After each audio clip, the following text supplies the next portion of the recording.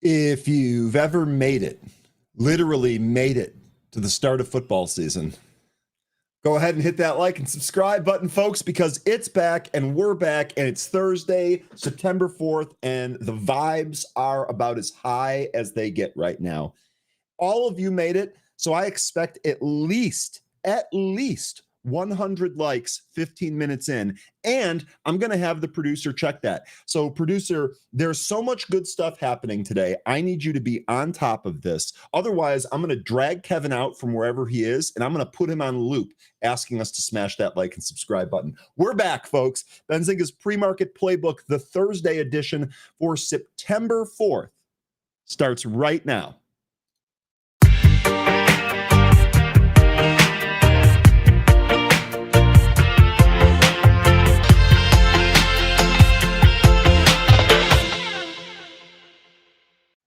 Good morning and welcome back, folks. What a good day. It literally feels like Christmas morning in September. We're going to have a lot of stuff to go over today. We've got an amazing guest here today. We've got a whole bunch of really good questions for him as well. We had CRM report earnings last night. We had Sydney Sweeney knocking the cover off the ball for American Eagle. We've got movers here this morning. We've got football tonight. We've got vibes right now.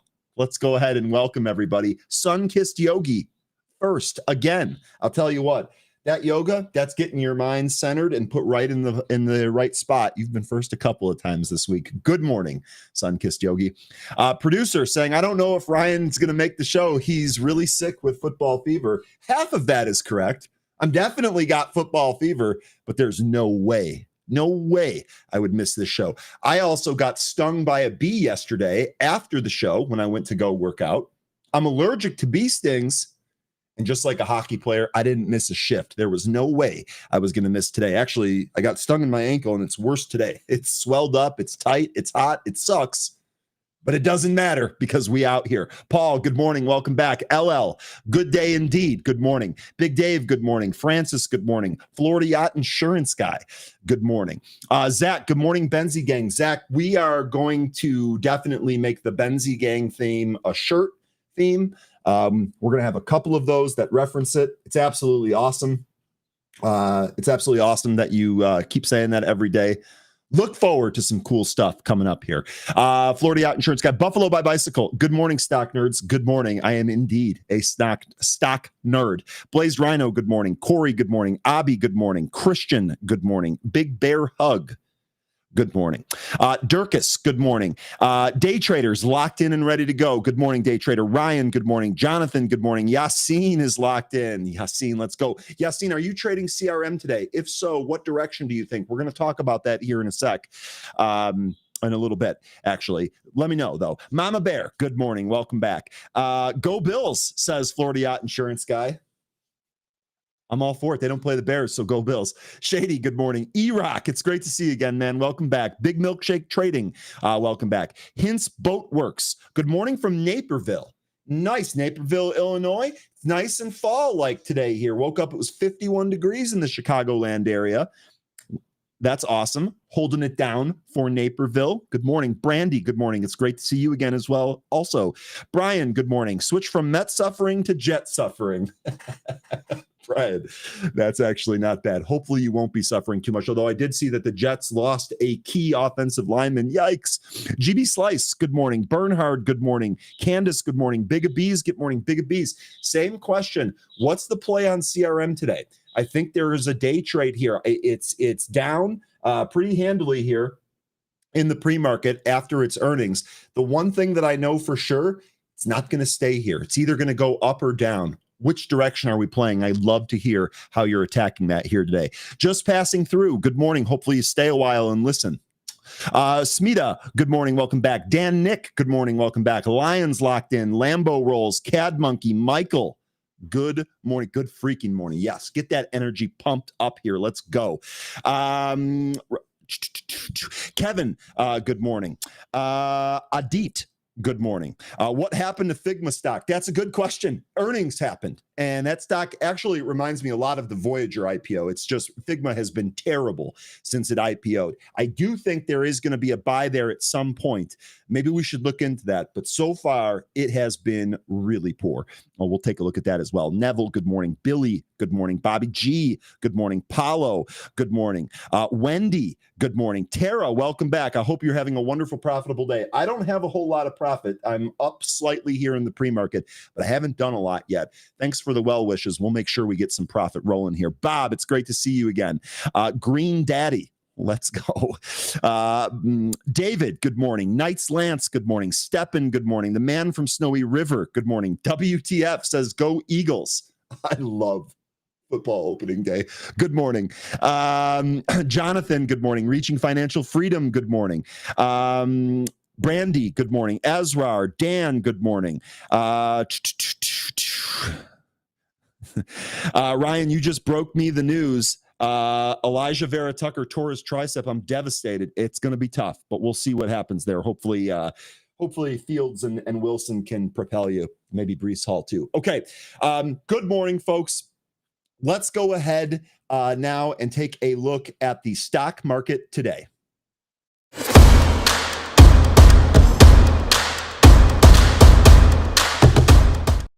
All right, let's take a look at the futures here. This is going to be the futures for Thursday, September 4th.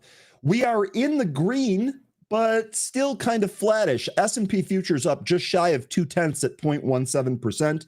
Dow futures down, actually flat here, down 0.01%. And the NASDAQ up by 0.25%. Let's take a look at some of the cues from last session. Most sectors on the S&P 500 closed on a negative note, with industrials, energy, and material stocks recording the biggest losses on Wednesday. However, communication services and information technology stocks bucked the overall market trend, closing the session higher and leading U.S. stocks to a mixed settlement, with the NASDAQ Composite gaining 1%. Shares of Alphabet Class C, which is ticker GOOG, jumped over 9% after the U.S. court issued remedies in the Department of Justice antitrust case that were less severe than feared. Apple, also the beneficiary of that ruling, that gained about 4% as the ruling preserves the lucrative revenue stream. Google, of course, paying Apple to include Chrome in their ecosystem. Also, Campbell's, ticker CPB, shares gained 7% after posting better than expected earnings, while Macy's, ticker M, jumped more than 20% after raising its full year 2025 guidance.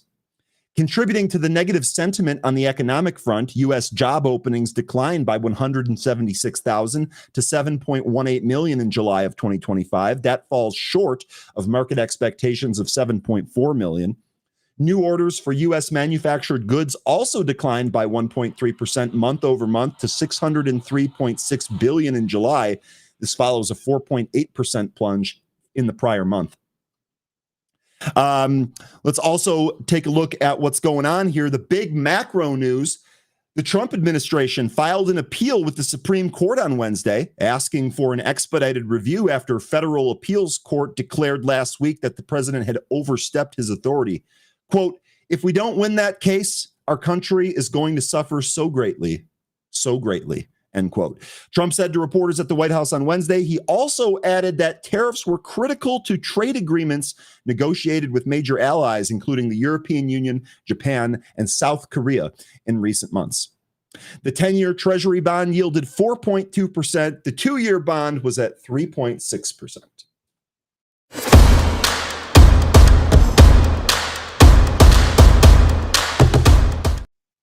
All right, folks, I'm actually going to go back to the SPY chart here first. We're going to take a look at where we sit. Then we'll dive into some insights. We'll cover some of the earnings reports and some trade ideas here for you. I really want to focus a lot on trade ideas. That's actually also one of the reasons we're bringing on Ed Egilinsky, Managing Director of Alternative Investments at Direxion.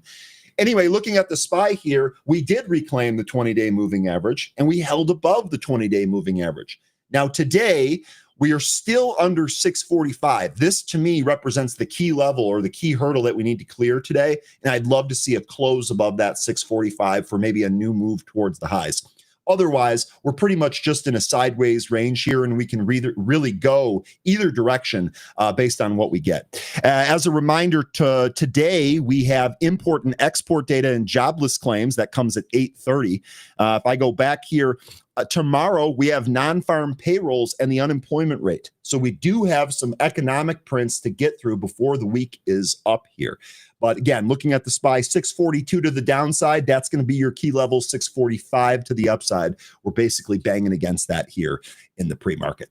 All right, let's take a look at some insights from analysts. As the Trump administration urgently appeals to the Supreme Court to save its signature tariff policy, strategists and analysts suggest that the administration has a backup plan that could keep the controversial duties in place regardless of the High Court's final decision.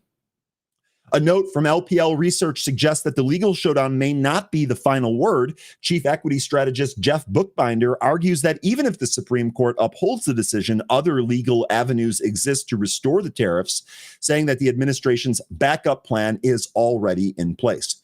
According to the analysis, the most likely path involves using Section 122 of the Trade Act, which allows for temporary tariffs for 150 days in response to large trade deficits. This would provide a window for the U.S. trade representatives to conduct investigations needed to impose longer-term tariffs under Section 301, which targets unfair trade policies. While this process would create near-term uncertainty and a potential short-lived boost for corporate America tariffs that are temporarily lifted, LPL Research concludes the administration's long-term strategy remains intact. With roughly $200 billion in annualized revenue at stake, the ultimate fate of the tariffs remains a pivotal issue for the U.S. economy, even beyond the upcoming Supreme Court battle. Meanwhile, as gold's relentless rally in 2025 has left the S&P 500 in the dust, veteran strategist Ed Yardeni wrote on Tuesday that the trend is unlikely to reverse soon. He highlighted that rising wealth in India and growing investor anxiety in China, particularly following the collapse of its housing sector, are fueling private sector demand for gold as well. Quote, President Trump's attempt to restore the world's geopolitical order might be unsettling and bullish for gold, Yardeni said, adding that any threat to the Federal Reserve's independence from the Trump administration is also likely to support higher gold prices. A lot of discussion out there about this Fed independence and it already not really being independent. A lot of examples from the end of the Biden administration with Powell. We don't necessarily need to get into that. What we really need to pay attention to is what happens going forward here, of course. Bank of America analyst Paul Ciana said gold's breakout past 3,500 confirms a medium-term bullish triangle formation. His next upside targets are 3,735 and potentially near 4,000. Real quick, we have taken a look at the GLD here. We've actually discussed this quite a bit in Happy Hour. I think we've talked about it here as well. Here's the breakout that we're talking about. Now, I know GLD, this is different than the spot price of gold, but this is a ETF used to track gold. You can see the breakout of this triangle real strong. And I actually pressed the Happy Hour group yesterday. Hey, is there more room to this?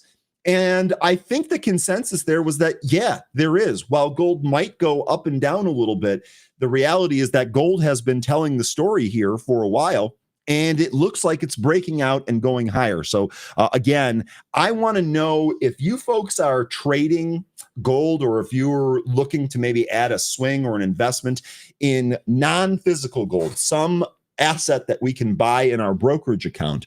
Let me know how you're looking to do that. Clicked on the wrong thing there. Sorry about that. He also flagged strength in other precious metals. Silver has surpassed 40. I know 13's been really big on silver. We've talked a lot about wheat and precious metals. Lion, I know you've been big on gold and silver, if I recall correctly, with resistance here at 47.40 and a possible test of its 2011 highs near 50. Platinum also showing a bullish signal above 1,260. Now, I do want to talk about a little bit more about gold here. S&P 500 is getting crushed by gold. That's the returns, of course. Gold's relentless rally in 2025 has left the S&P 500 in the dust, raising uncomfortable parallels with 2008. This is something else that we discussed on the call last night. When financial markets last witnessed such a dramatic divergence between the precious metal and equities, what followed was far from pleasant. dun dun dun. I need to get that sound effect on my soundboard here. Through September 3rd, gold has skyrocketed 34% year to date, while the S&P 500 is tracked by Vanguard's VOO, managed a modest 9% gain. This 25% percentage point gap marks gold's strongest outperformance over stocks since 2008 financial crisis, when gold surged 5% and the S&P collapsed over 38%. Who thinks the S&P is going to collapse here?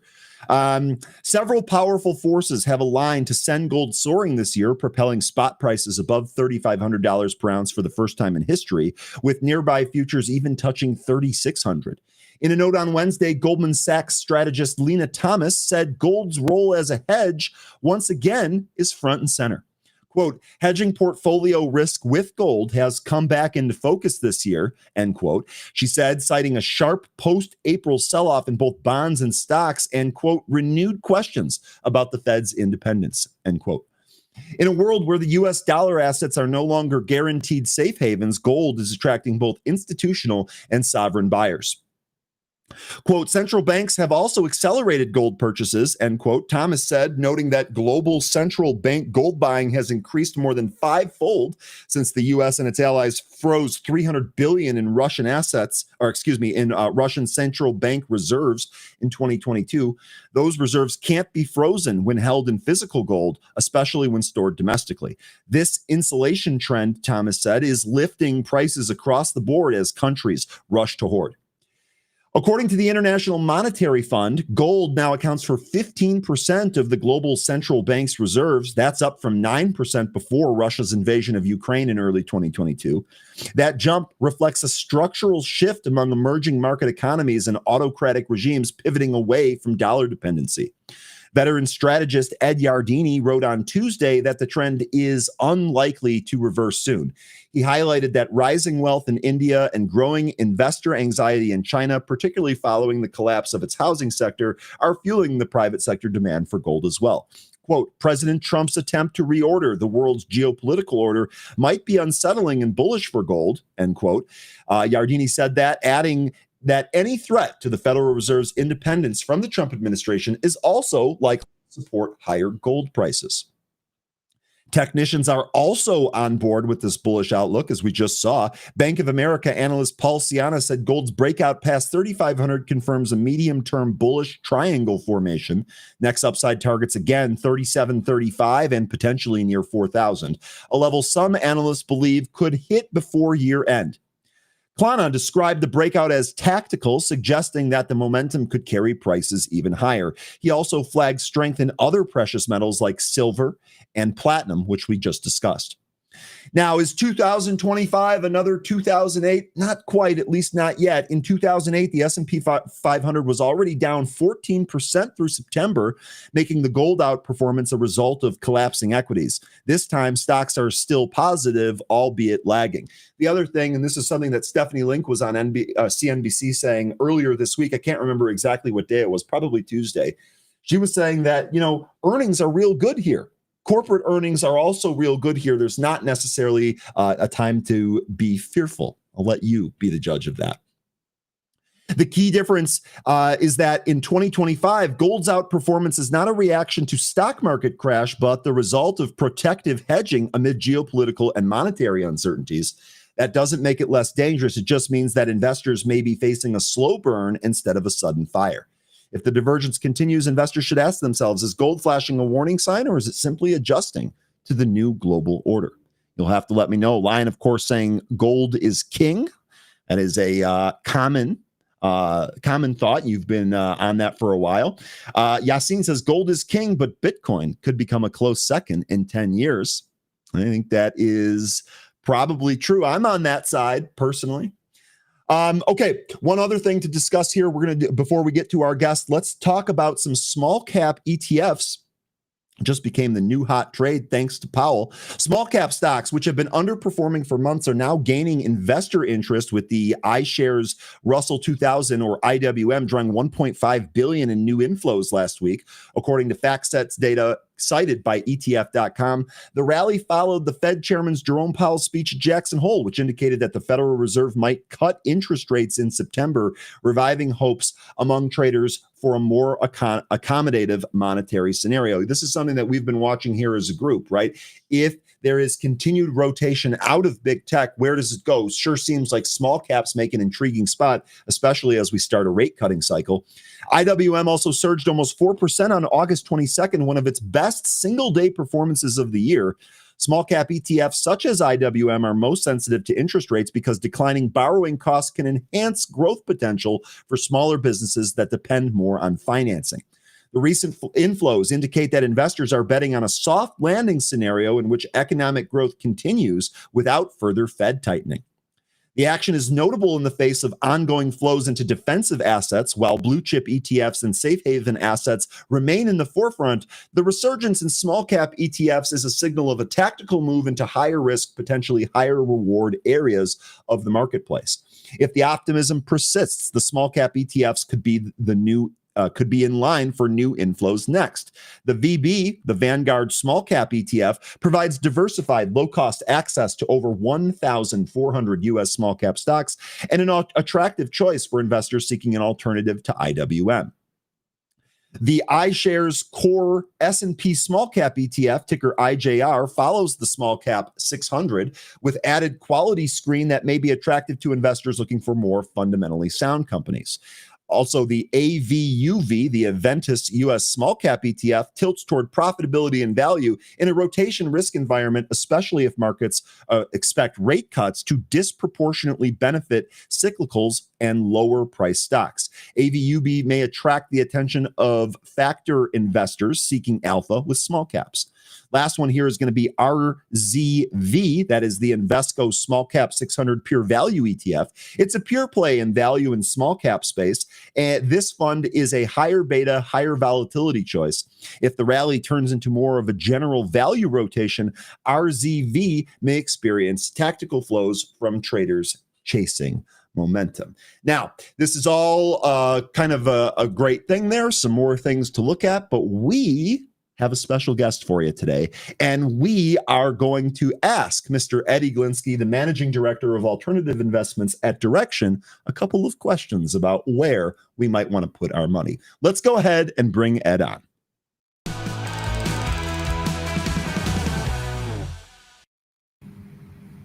morning. Happy football day, buddy. How you doing this morning? It's good. I have the Monday Night Football theme in my head. Dun, dun, dun, dun, dun. Yep, me too. I woke up with an extra step in my, or extra skip in my step. I've got the Sam Spence Spotify playlist loaded. I'm ready to go, boss. I'm ready. Just get me to the game. We've waited so long. We're almost there. Put me in, coach. Let's do it. Put me in. All right. First of all, thanks for joining us here today. I want to get right to it here. Let me get my note sheet up here. What are you seeing out there? Just kind of generally, what are you seeing out there in ETF land? Then I'm going to ask you some specific questions about some happenings in the market. Yeah, sure. Everybody that's watching, it's no surprise. The U.S. markets are at record highs, at least the large cap and mega cap stocks. So what we've seen basically is a little bit of lighter flows in August in terms of inflows. We have seen mostly people looking to trade the bear side of a lot of these moves, looking for some level of retracement. And we've seen some profit taking in the bull products. You mentioned like gold miners, that's been ripping all year. So we're not surprised. We see a little bit of outflows in the bull funds for the most part, and inflows in the bear funds, especially when you get markets at these type of levels, people are taking profits. You're seeing from a non-leveraged standpoint, forget the tactical trading side, I'll take that hat off for a minute. Is this rotation real in terms of small cap? I heard your previous segment. That remains to be seen. I think the Fed meeting in September, I think it's baked in the cake already based on the Fed futures. The probability, you're basically talking 90+% of a cut in September. So they'll be looking at what the Fed says, and if the Fed says we might be one and done here, that might be it for the small cap rally, and you might see that rotation right back out. So it's interesting what we're seeing right now. Certain levels of the market, financials, for example, tech just off its all-time highs. So you're really seeing lofty levels for a lot of the markets here. Okay, good stuff there. Look, I do have one question here. It comes from our audience. Frankly, we would not be able to have this show without the audience and without the audience's input. So I want to start with this because I asked a group of people, hey, what would you really like me to ask? And it seems that this is going to be the question here. So when you're talking about some of these ETFs here, whether it's for gold or for some of the individual names, the levered products, the unlevered products, et cetera. Do you create these ETFs for the purpose of allowing investors to not sell and have to pay capital gains and instead hedge their long position with ETFs? It's a good question. I think it's a multiple part question. First of all, our ETFs, and you've heard me on the show say this before, these are designed for short-term active traders. You got to monitor these on a day-to-day basis. They're not designed to be tax efficient. Now, with that said, if you want to hedge gains in an individual stock, for example, then you could possibly use our non-leveraged inverse ETFs, which is just inverse whatever the upside is for that given day of a given single stock or a broad index like the S&P 500. So those could be used, those tools, the inverse funds, to hedge potential long gains, especially in taxable accounts. However, if whatever hedge you want to maintain, you got to at least rebalance often to make sure you're maintaining that percentage hedge of whatever you want to be hedged on. So could they be utilized to at least protect gains? Yes. Do you need to monitor them day to day? Of course you do. And the higher the leverage point, the more tactical you have to be. So a 2 or 3x inverse product, a lot of people use those for more of an outright short, possibly for if they have a real short-term view and they want to express a bearish view. Those vehicles tend to be more for that. But a non-leverage or a 1x inverse, you can possibly hold longer. But you still need to monitor on a day-to-day basis to make sure you maintain that hedge. So long-winded answer, these are not designed to be tax efficient. They could be used as a hedge in certain cases, especially for taxable accounts that have embedded gains, but you still need to monitor these on a day-to-day basis. And a 2 or 3x inverse type of product, those are really short-term tactical trades. It might be a long-winded answer, but it's a great one. And I think, just some context to how this question was generated. PLTD, which would be a really good example here. This is going to be the Direxion Bear 1X ETF for Palantir. The thought here is, well, gosh, there are people that own Palantir somewhat recently from like a 6 handle or some single-digit handle. Now you're looking at a stack that's $120, $150, and they're thinking to yourself, well, I can time this as a hedge, so maybe I'll use an ETF instead of booking some of those and then be on the hook for a sizable capital gains tax payment there. So really good stuff. We'll see how this shakes out. I know folks are doing this, and you're right about the being nimble there. It is the active investors that are thinking about this as a strategy. Anyone that's not active every single day, they don't really even seem to bring these up. So really good stuff there, Ed. Appreciate that. Yeah, one more thing on Palantir. I just want, because it's a good example. In August, you had intra-month about a 20% pullback from peak to valley.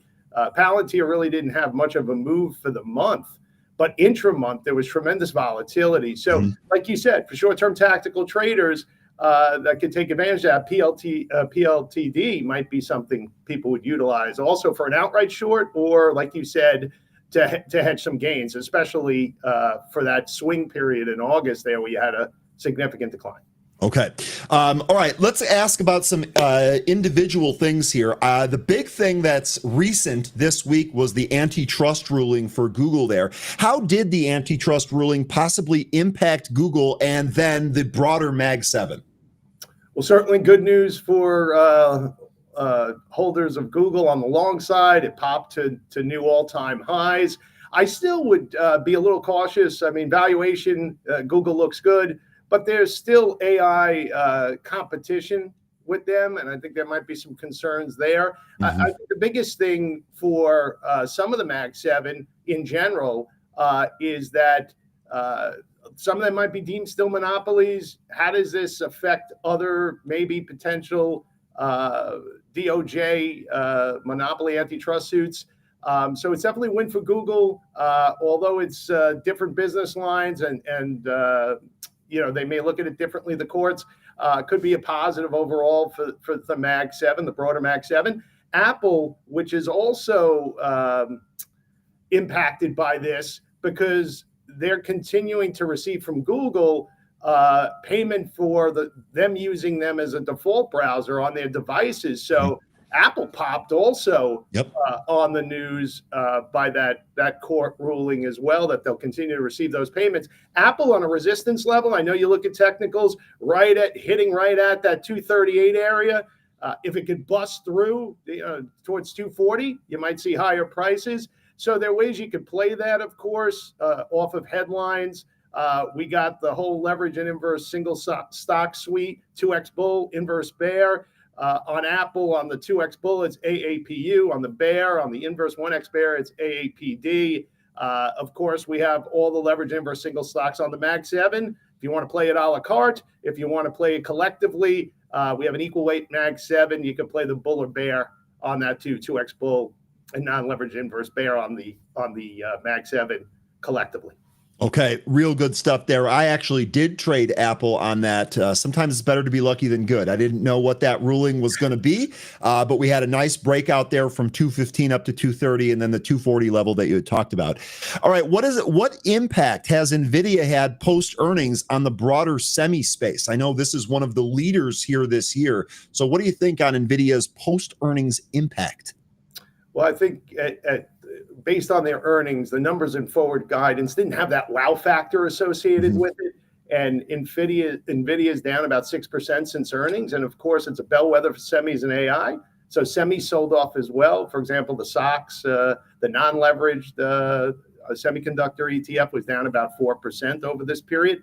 I think there's renewed concern on AI and maybe an over-exuberance getting a little ahead of itself. You certainly have the continued uncertainty with tariffs and also government security concerns. And even NVIDIA themselves, during their forward guidance, had to withdraw pretty much the potential impact on China and take out revenue. So you don't know what the China impact is going to be on its revenue going forward. So there are a couple of concerns there. And NVIDIA also is still up strongly for the year. So this stock has been, lights out the last couple of years. So taking a little respite's no surprise. Broadcom earnings today. Stay tuned for that. That could be also something that might move the broader semi space. And of course, for those out there that trade our stuff on a short-term basis, our biggest fund is SOXL, triple leverage bull. On the NYSE Semiconductor Index. And then on the bear side, we're seeing a lot of flows recently on the bear side, SOXS, which is a triple leverage bear on the semiconductors as well. Yeah, I'll say just for me personally, I think the two most traded ETFs that I trade on a regular basis, SOXS and SOXL, those have been great vehicles for me, and I know a lot of our community here trades them as well. All right, before I brought you on here, we were just talking a little bit about gold, so you knew I was going to ask you about gold. How do you account for gold being at record highs in what seems like a risk-on environment? Yeah, I'm a commodity guy. This is a little perplexing to me. I think there are a couple of reasons. Most notably, when you look at physical gold, let's separate that from gold miners. We'll talk about that in a minute. Gold's hitting all-time highs in the case of where the equity markets are hitting all-time highs. So that is very unusual. But there are a couple of factors here why. One is gold right now is being used as maybe a dollar replacement because of the weakness of the dollar right now. Also, commodities tend to have an inverse relationship to the movement of the dollar. So a weak U.S. dollar tends to be favorable for commodities, particularly precious metals like gold and silver. You mentioned also. Is it 2011, I think, highs. It hasn't hit that since 2011. It's interesting. Central bank buying. I saw a stat on this. Right now, collectively, global central bank buying, you're holding more gold. They're holding more gold right now than treasuries, U.S. treasuries, for the first time in 30 years. So that's really interesting. But yeah, also, really quick, just to kind of cap that off, we talked about that earlier today too. According to the International Monetary Fund, gold now accounts for 15% of global central bank reserves. That was up from just 9% in 2022 prior to the Russia-Ukraine war. Yeah, and I think it's, again, even despite the fact that the VIX is low, markets are at highs, there's still a lot of uncertainty out there. Look at right now, Trump administration within the courts, with who knows how tariffs are going to shake out. So there's a lot of uncertainty, of course. There's continued global conflict, unfortunately, throughout the world. So I think gold's looked at a safe haven, especially if they start cutting rates. This might be the preferred flight to safety, even more so. So adding fuel to the fire to the upside. But let's talk also. Gold's had drawdowns that have been pretty significant. So it's been a great trend, but also gold's had peak to valley declines of 50% plus. So, I want your viewers to be aware that it's been mostly smooth sailing so far this year.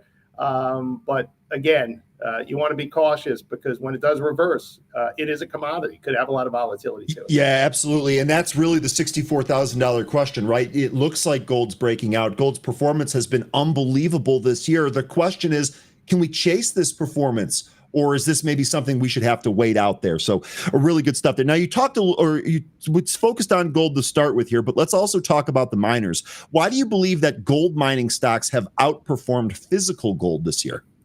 Well, I think they're playing catch up.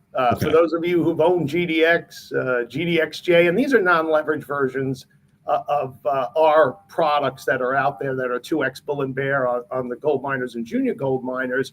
This is the first year from a calendar year perspective that they're outperforming physical gold since 2019.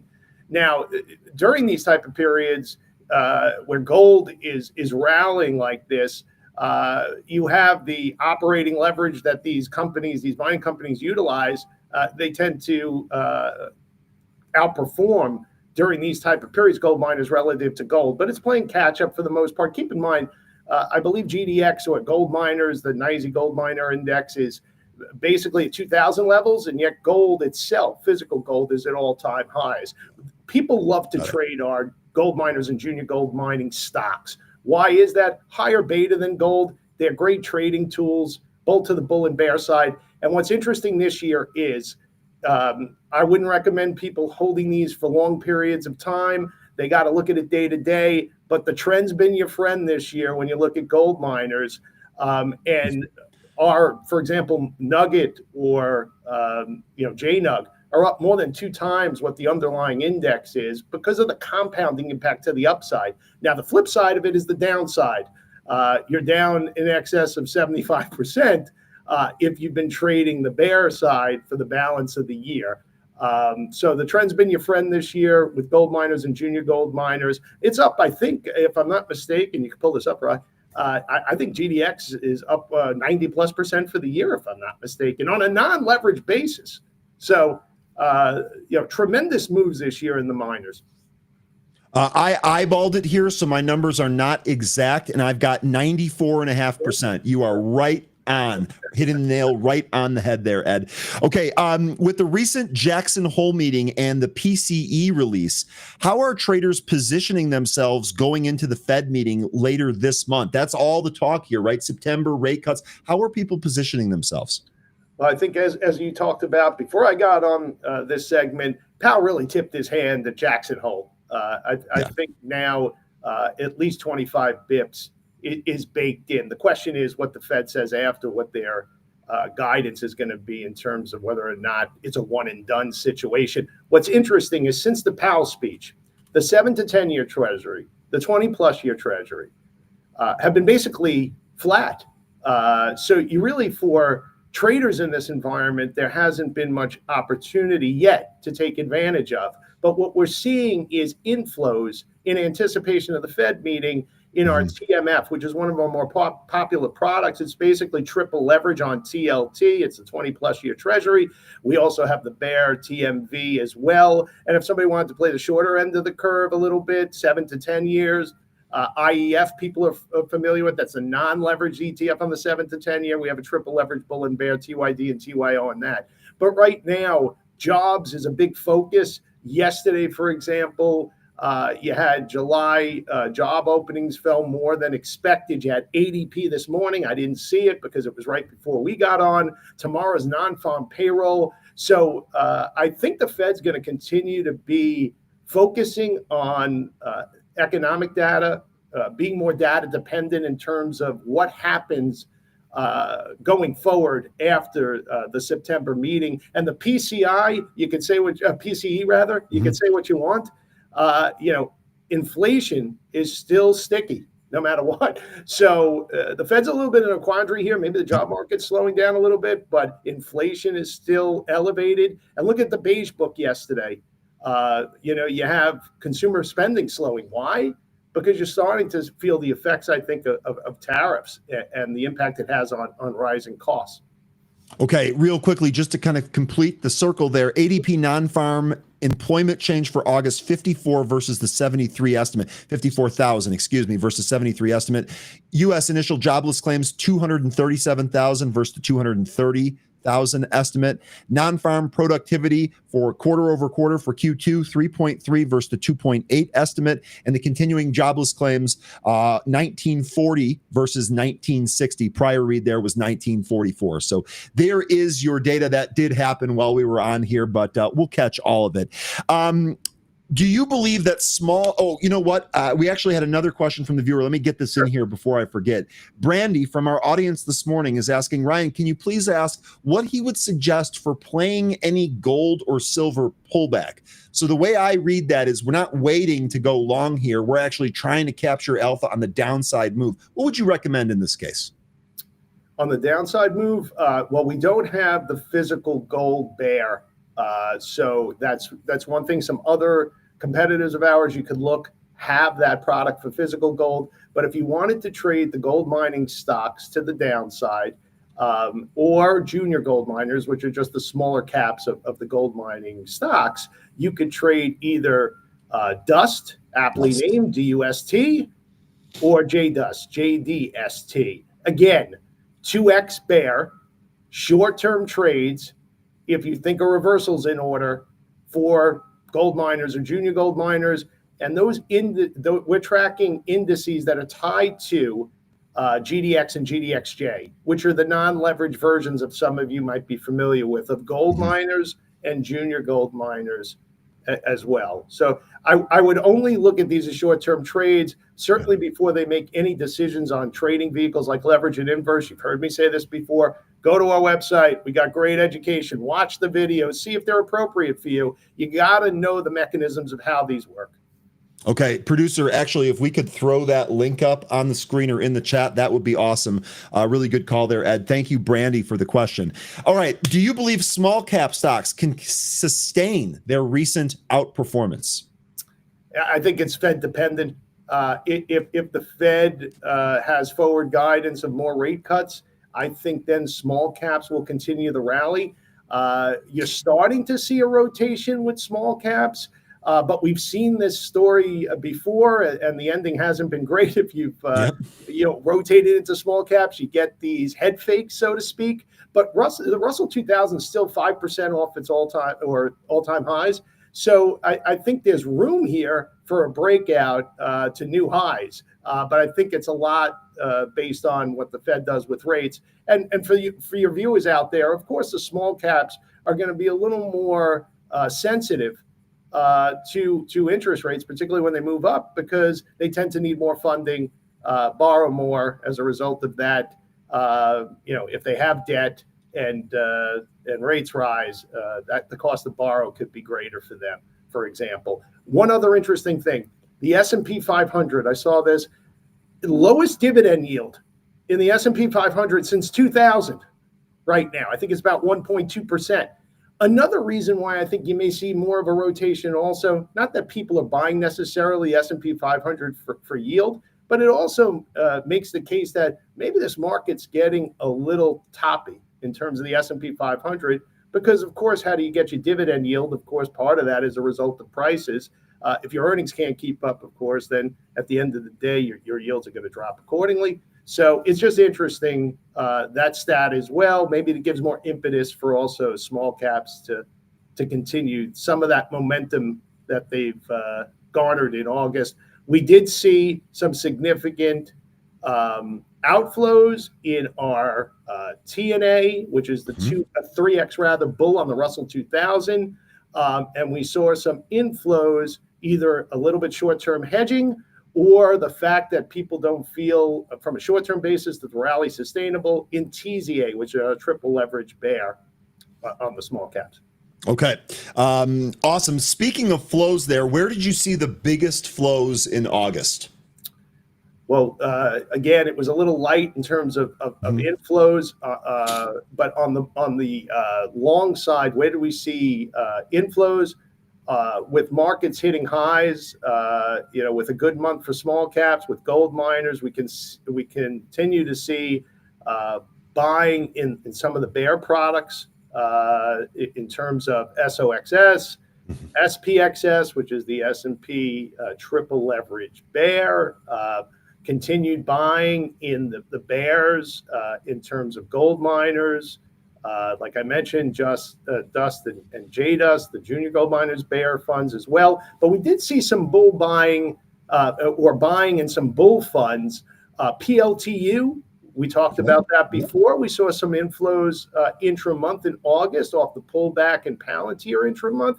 And also Eli Lilly, ELIL. I don't know if your viewers, how much they follow Eli Lilly. Certainly a lot of volatility to it with the obesity drugs. Yep. They had some, at least initially, was interpreted as disappointing news on their obesity pill. So people were buying on the dip there, our 2X bull, with that single stock as well during the month of August. What's interesting is outflows were predominantly in bull funds for the month. And that's what you would expect. Hopefully people are taking profits, being short-term trading vehicles. And also you had financials at all-time highs, semiconductors and tech intra-month hit all-time highs in August. So you had a lot of things hitting all-time highs, not just 52-week highs in terms of August. So you had some selling on the news there with a lot of that. Okay. Real quick here. This is from Tanya. You already touched on this, but I'm just wondering if we can maybe, as Tanya's asking here, explain it for dummies. Real quick, Tanya's no dummy and neither is anybody else. But nonetheless, here's the question. I trade the Direxion products and I've been to the site, but I still don't understand the rebalancing and what can go wrong if you hold long term, and short term doesn't seem to be defined. Can you just briefly explain this? Well, first of all, we have an education site within the broader website. It's a whole section dedicated to it. It's educational videos. One of the sections, and they're only 3 minutes each, there are about 6 parts to it, talks about the rebalance. So within the funds named is daily. Why is that? Because there's a daily reset of leverage. These are path-dependent vehicles. What does that mean in English? The trend's your friend. The longer it takes for something to trend in your direction, the likelihood is that you may lose money.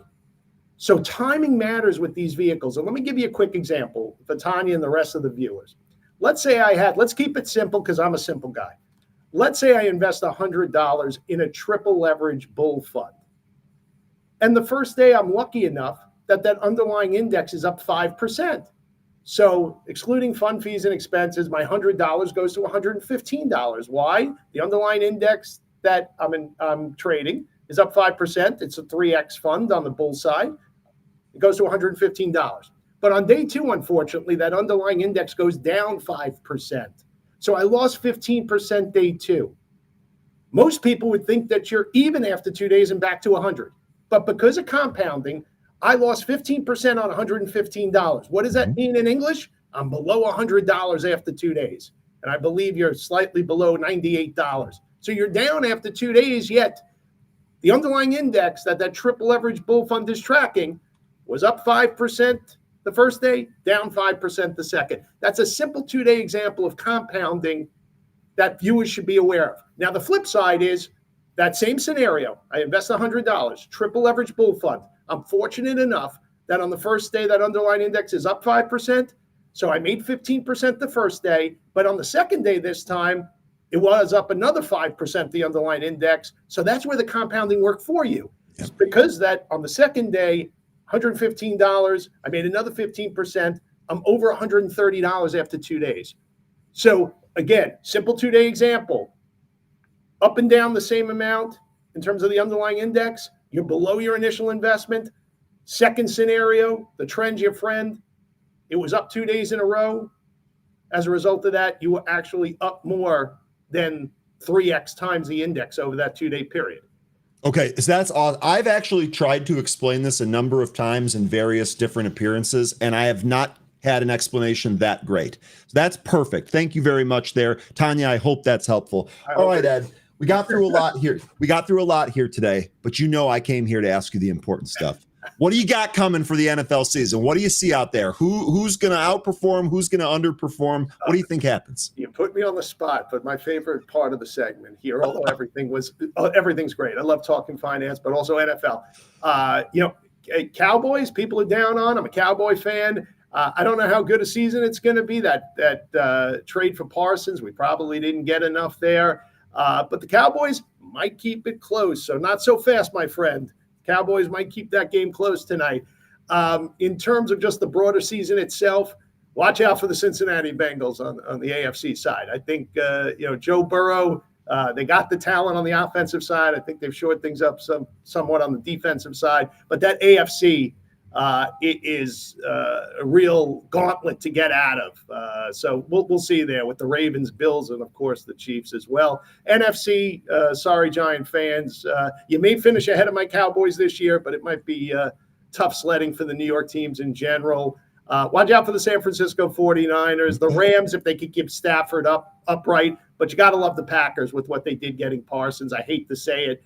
I hate to hear it. I'll be honest with you. I don't have to, as a Bears fan, I don't have to love the Packers. I hate to hear you say it as well. And I got something else. I'm hearing Micah might need a shot to play game one. It's quite possible that Dallas was ahead of everybody on that trade. Let's see how it plays out. I generally don't root for the Cowboys, but tonight, Ed, just for you, go Cowboys. I appreciate that, and everybody be vigilant in the NFL season. There, it's a long season.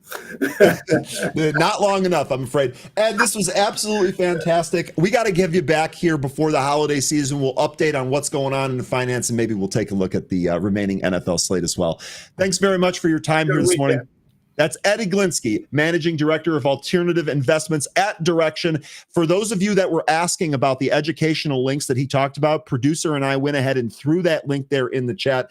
Be sure to check out that direxion.com/learn for all of those educational videos. Tanya, Brandy, everyone else, can't thank you enough for the input here. We're lucky that Ed gives some of his time to us in the morning here, and we will continue to bring him back. Really, really good stuff here from the group. Okay, let's talk about CRM, right? You guys, I know this is going to be one of the big, probably the biggest earnings report of last night. I think there's going to be a trade here today. That I don't know if it's going to be long or short yet. I kind of want to feel this out right around the open. I have a suspicion here that maybe we kind of retest these lows and maybe peak below and look for a support level. But I want to hear what you folks think. I think there's going to be a short-term trading opportunity for us here in CRM. Now, before we do that, let's set the stage with some information on this. Salesforce reported stronger than expected second quarter results on Wednesday, but shares slipped in after-hours trading as CEO Mark Benioff used the earnings call to caution investors and peers against the hype surrounding artificial general intelligence. Actually, this is something that Ed just touched on in his last appearance there. The cloud software giant posted revenue of $10.24 billion. This topped analyst estimates of $10.14 billion. Adjusted earnings came in at $2.91 per share. That was above the forecasted $2.78. Revenue grew 10% year over year, while adjusted operating margin hit 34.3%.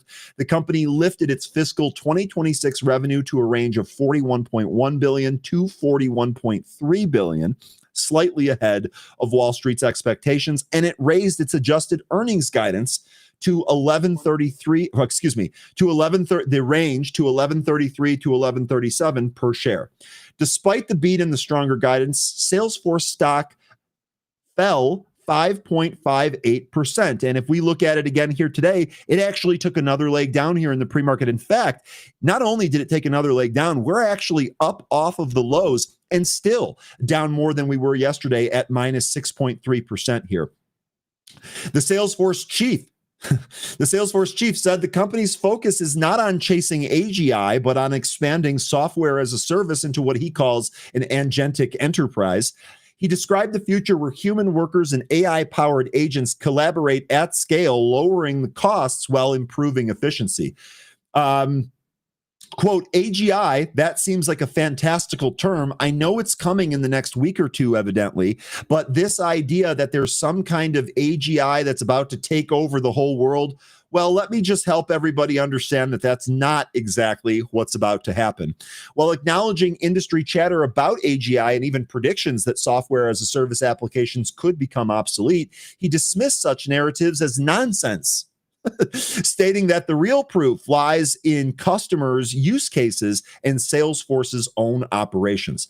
Benioff added that he plans to outline the company's vision for the transformation in greater detail at Dreamforce. That comes on October 14th. Quote, I guess AGI is not going to happen. I guess AGI is going to happen tomorrow, so I'm ready for that. But there's so much nonsense, he stated, while adding, you got to separate the forest from the trees. Previously, Benioff pushed back against the growing optimism among tech leaders about AGI, saying current AI systems lack anything resembling consciousness. Meanwhile, Google's DeepMind CEO, Demis Hassabis, I'm sorry if I butchered that, said that true AGI would mirror the brain's consistent intelligence across tasks, unlike today's uneven systems. He noted that key missing elements are genuine creativity and the ability to invent. The debate comes as leading voices in the industry put forward their own timelines. Anthropic's co-founder has indicated AGI might be possible by 2028, while OpenAI's Sam Altman has speculated it could surface during Trump's presidency. Former Google CEO Eric Schmidt also argued that AGI could reasonably be expected to appear sometime between 2028 and 2030. So if you're worried about a Terminator scenario, there's your range, folks. That's when Skynet becomes fully self-aware. Actually, apparently, according to the movie, that happened the other day, and we're still here and everything's fine. So it is what it is. All right. Good stuff here. This has been a great day already. And guess what, folks? It's about to get better. Let's go ahead and bring on 13 and spice this day up. 13, good morning. Happy start of the football season. Look, I don't know if you heard at the end there. I don't know if you heard Ed at the end there. Did you hear him? About him being a Cowboys fan and your bad take on Micah Parsons trade? Correct. And also he said that you have to like the Packers. How about that? This has got to be a good start to a football Thursday for you, 13. How you doing? You just have to. You just have to. We have to. You just have to. I looked at the Packers. I said, what a great team. Anyway, let's get down to this. I promised everybody that we were going to have fun today. None of y'all should be surprised. None. All right, 13. We can do whatever. We've got plenty of time here. We definitely are going to take a look at the movers. But one of the things that I've really kind of been starting off with here has been CRM. Okay. I really do think that there's going to be a day trade here. I'm trying to figure out if we think that this is going to be an up move or a down move, or maybe kind of a pull and then bounce move, or maybe a regression back to the mean and then retest the lows and go lower or move. I want to know what you think here on CRM. If you don't necessarily follow the company or have a gut feeling, take a look at the chart. Tell me what you think are key levels here for CRM today.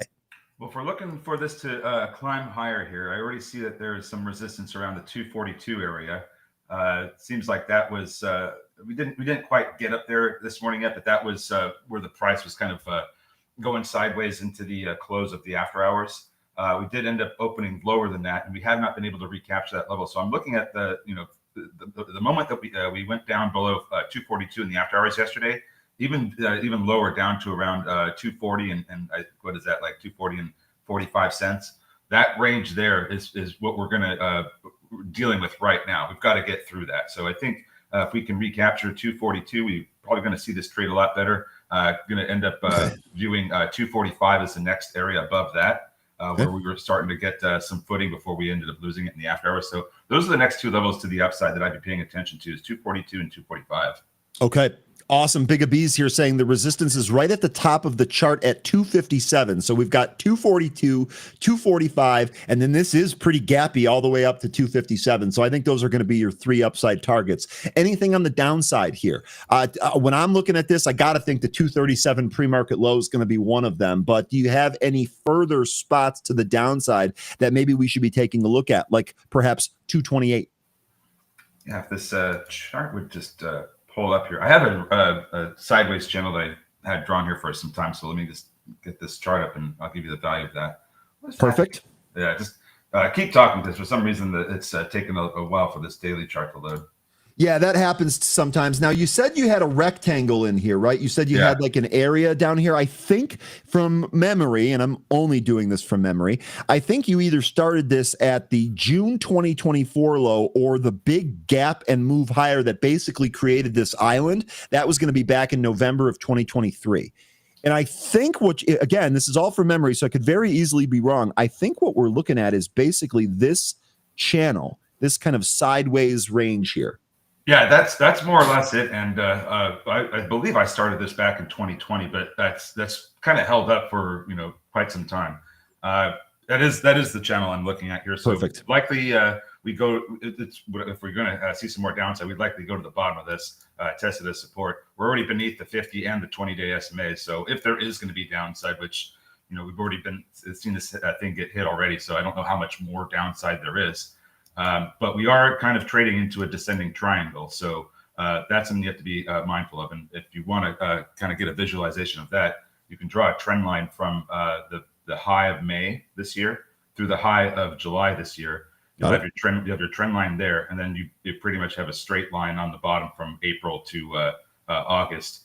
And that's your descending triangle there. So there it is. Perfect, 13. Absolutely perfect. Okay, we're going to use this as a roadmap. Really good stuff. Thank you for helping me get some of those key levels there.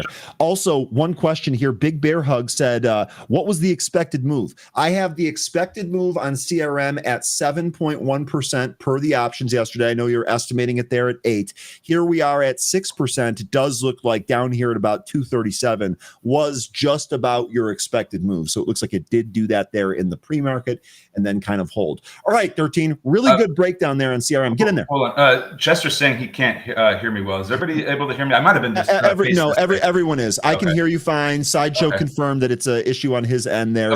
Definitely just try refreshing the stream. See if that happens. 13, you sound A-okay on my end. And producer hasn't set off any alarm bells or set anything on fire. So it actually looks like we're doing well here. Sounds good. Okay, let's go ahead and take a look at the movers now. Yep. Let me get over to my movers workspace here. And let's break all these down. Well, ooh, this one was not on the list when I looked earlier. Perfect. We're going to do this one together. This is ticker CIGL. This is Concord International Group. I don't think I've ever pulled this up in my broker before. This is an integrated security service provider that combines physical manpower and technology to deliver effective security solutions. Okay, let's see if we've got anything going on here. I don't see any fresh news on this. This is up 160% on what looks like no news. We take a look at the short interest here. That is negligible, 0.71% of the float shorted. 1 day to cover. That comes on an average volume of 278,000 shares. Today we've traded over 46 million, but this stock right in our wheelhouse at 1.4 million share float. 13, do you have anything on CIGL? I didn't catch any news. They do lose a lot of cash, and that's something that I noticed when I was looking at their financials. The last 2 quarters, they lost over 80 million. Now, this is a Singapore company, so that might be in their currency denomination, not actually dollars themselves. Still, this company had a huge gap down. If you look at a daily chart, this went from 225 all the way down to under 6. The high that we have since we dropped down is 620. So from 620 to 225, there's no price action. There might be, I mean, I'm not suggesting that this is going to gap fill all the way to 25. Certainly, we've seen some crazy stuff before, so not completely off the table. But I don't know if we'll end up getting that with this. We could, though. 1.4 million shares in the float, loses tons of cash, no news. It's a Singapore security company. They do have some contracts. I don't think it's nearly enough to make up for the losses that are facing every quarter if that continues. So this could be just another one of those. If it sets up a trade, great, but do not hold this thing for very long. Who knows what this is going to do? I don't even know if they're going to try to raise capital or not. It certainly looks like they have to, but this is going to be one of those high risk movers that we can't really attach any kind of movement to the any reason to the movement. Yeah, I think you're spot on there. And in fact, looking back at that gap day on July 10th, I have nothing. I have nothing the day before, nothing the day after. And the only thing that I have the day of is the signals tool reporting that this thing is down almost 90%. What's the news, all that glitters? We didn't catch that. And I wasn't, I didn't. Yeah. That's what I'm saying. What is the news on this? If you have something here, what is the news? I'm looking at the news. Without time to prepare, which is this wasn't moving when I sat down here this morning, and on 13, I can't speak for you. I'm not sure. But without time to prepare, if I don't see it here in the news feed, I very rarely have any type of time to go figure out what's going on. Help the group out. Let us know what that news is. That might actually help this make a little bit more sense. And while you're at it, if you can figure out what happened on July 10th, do that too. Yeah, so one area. My bad, it was old. That's what I thought too. Okay, that's fine though. That means our thesis is intact. Sorry, 13, get in. One thing there's several levels to keep an eye on here. So we have 4, which we're trying to get above right now. We just popped above it about 15 minutes ago to 422. Came back in. Need to get some support from the at least the 325 level. I'd like to have it hold up there, but we need to, if we're going to continue to push up and try to fill that gap, we need to get over 620. 620 is where that gap fill starts. Because that's the high from, I think it was shortly after July 10th when we got that high. But 620 to 25.25, that's the distance. So if we start going crazy after 620, I guess buckle up. Okay. OnlyFans IPO? I don't know. You can't be serious. No, somebody was saying OnlyFans IPO. I don't know. It's not this though. It's not. Yeah, I do know. Looking at the IPOs here today, there is no OnlyFans IPO. You might have to cut it down a little bit there. It's football day. Let's keep it focused here. Okay, just kidding. Going back to the movers here. Good breakdown there. CGIL. Now the next one here is BRIA. This is Brilia. I don't think I've ever pulled this one up here before either. Brilia is engaged in the business of sales and marketing of lingerie products. Between brassieres, tops, party swimsuits, dress, and bodysuits. All right, chat. We're all adults here. We're going to do our best to keep this clean here. Let's talk about the stock itself. 13, you're not the one I'm worried about, just to be clear. BRIA here. We popped in the after hours. We popped again here in the pre-market.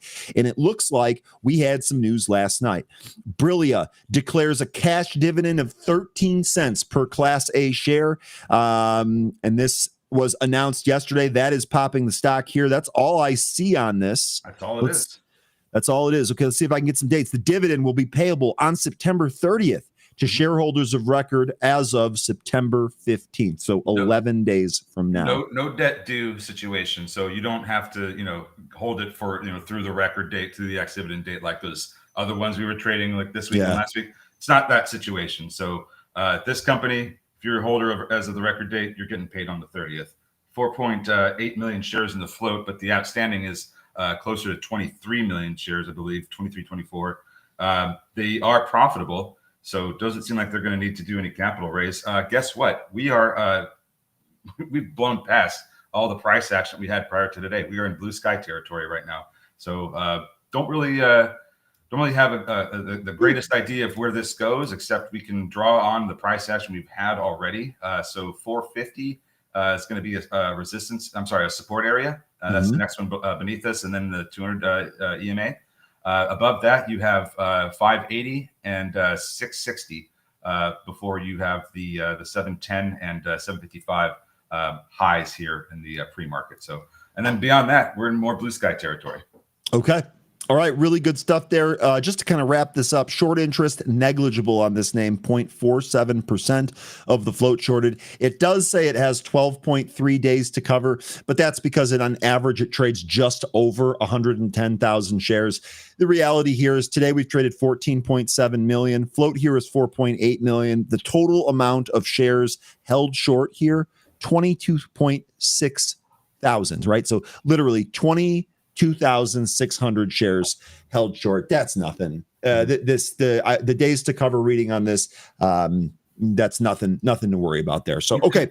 And maybe just a real quick, important, piece of information here. That dividend is going to cost them just shy of 3 million, and they've already got over 7 million in the bank. And like I said, they're profitable. So this doesn't seem like they're trying to, grab shareholders and hang on to them like some of those other companies where this seems like this is like a more legitimate business, even if they are selling underwear. Okay. Apparently that's big business. Next here is going to be ticker ZNB. This is the Zeta Network Group. I love this. These are, I think the top 3 stocks here are stocks that I have never seen before. I don't know if you have, maybe it's just me. Zeta Network Group is an entertainment technology company with a network that focuses on the application of technology and artificial intelligence in the entertainment industry. It provides online entertainment performances and online education through its wholly owned subsidiary, Color Metaverse and CACM. You know this one. You've seen this one before. It used to go under ADD. Ah, okay. Thank you. They did a one for 25 reverse split. This is why we bring 13 on. God, that's great. So yeah, you're probably not going to get enough information there, but ADD is the former ticker. They're now ZNB. They have 104 million shares in the float because of their 1 for 25 reverse split. Okay. And let's see if we've got any short interest. I got no read on a short interest here because of that. Yeah, so don't have any news. Actually, let me see if I drew some levels. So yeah, we got the 260 high this morning. We're still, kind of trending down from that. Another level beneath the high is going to be 220, where we're trying to hold above right now. If we happen to lose that and we do go on to lose the 65 EMA, which we don't want to have happen, there is I think there could be some support around 210 to 211. But the last line of support that I think I see here is going to be that 190 level. You have the 200 EMA beneath it, but I think if we lose 190, that's going to spell some pretty bad news for the stock. Okay. Good stuff there. ZNB. The next one here, this is one that we've traded before. And actually, I believe fairly recently, this is Bolt Projects, ticker BSLK. We are ripping in the pre-market. This thing moved from 3 to 6 in the pre-market here. It's backed off considerably, holding higher here by about 59%. If we take a look here at the news, Bolt Projects, this is from today. Bolt Projects holding Form 4, filing late on Wednesday, shows insider purchases by officers, including the CEO, who purchased 13,374 shares at an average price of $381. So just queuing up Tim Melvin. You should have a little Tim Melvin on your shoulder saying that, hey, when insiders buy, there's only one reason. Looks like that's exactly what's happening here. Stocks responding plus 60% here today. Quick look at the short interest. Maybe some squeeze potential with this one. 19.3% of the float shorted.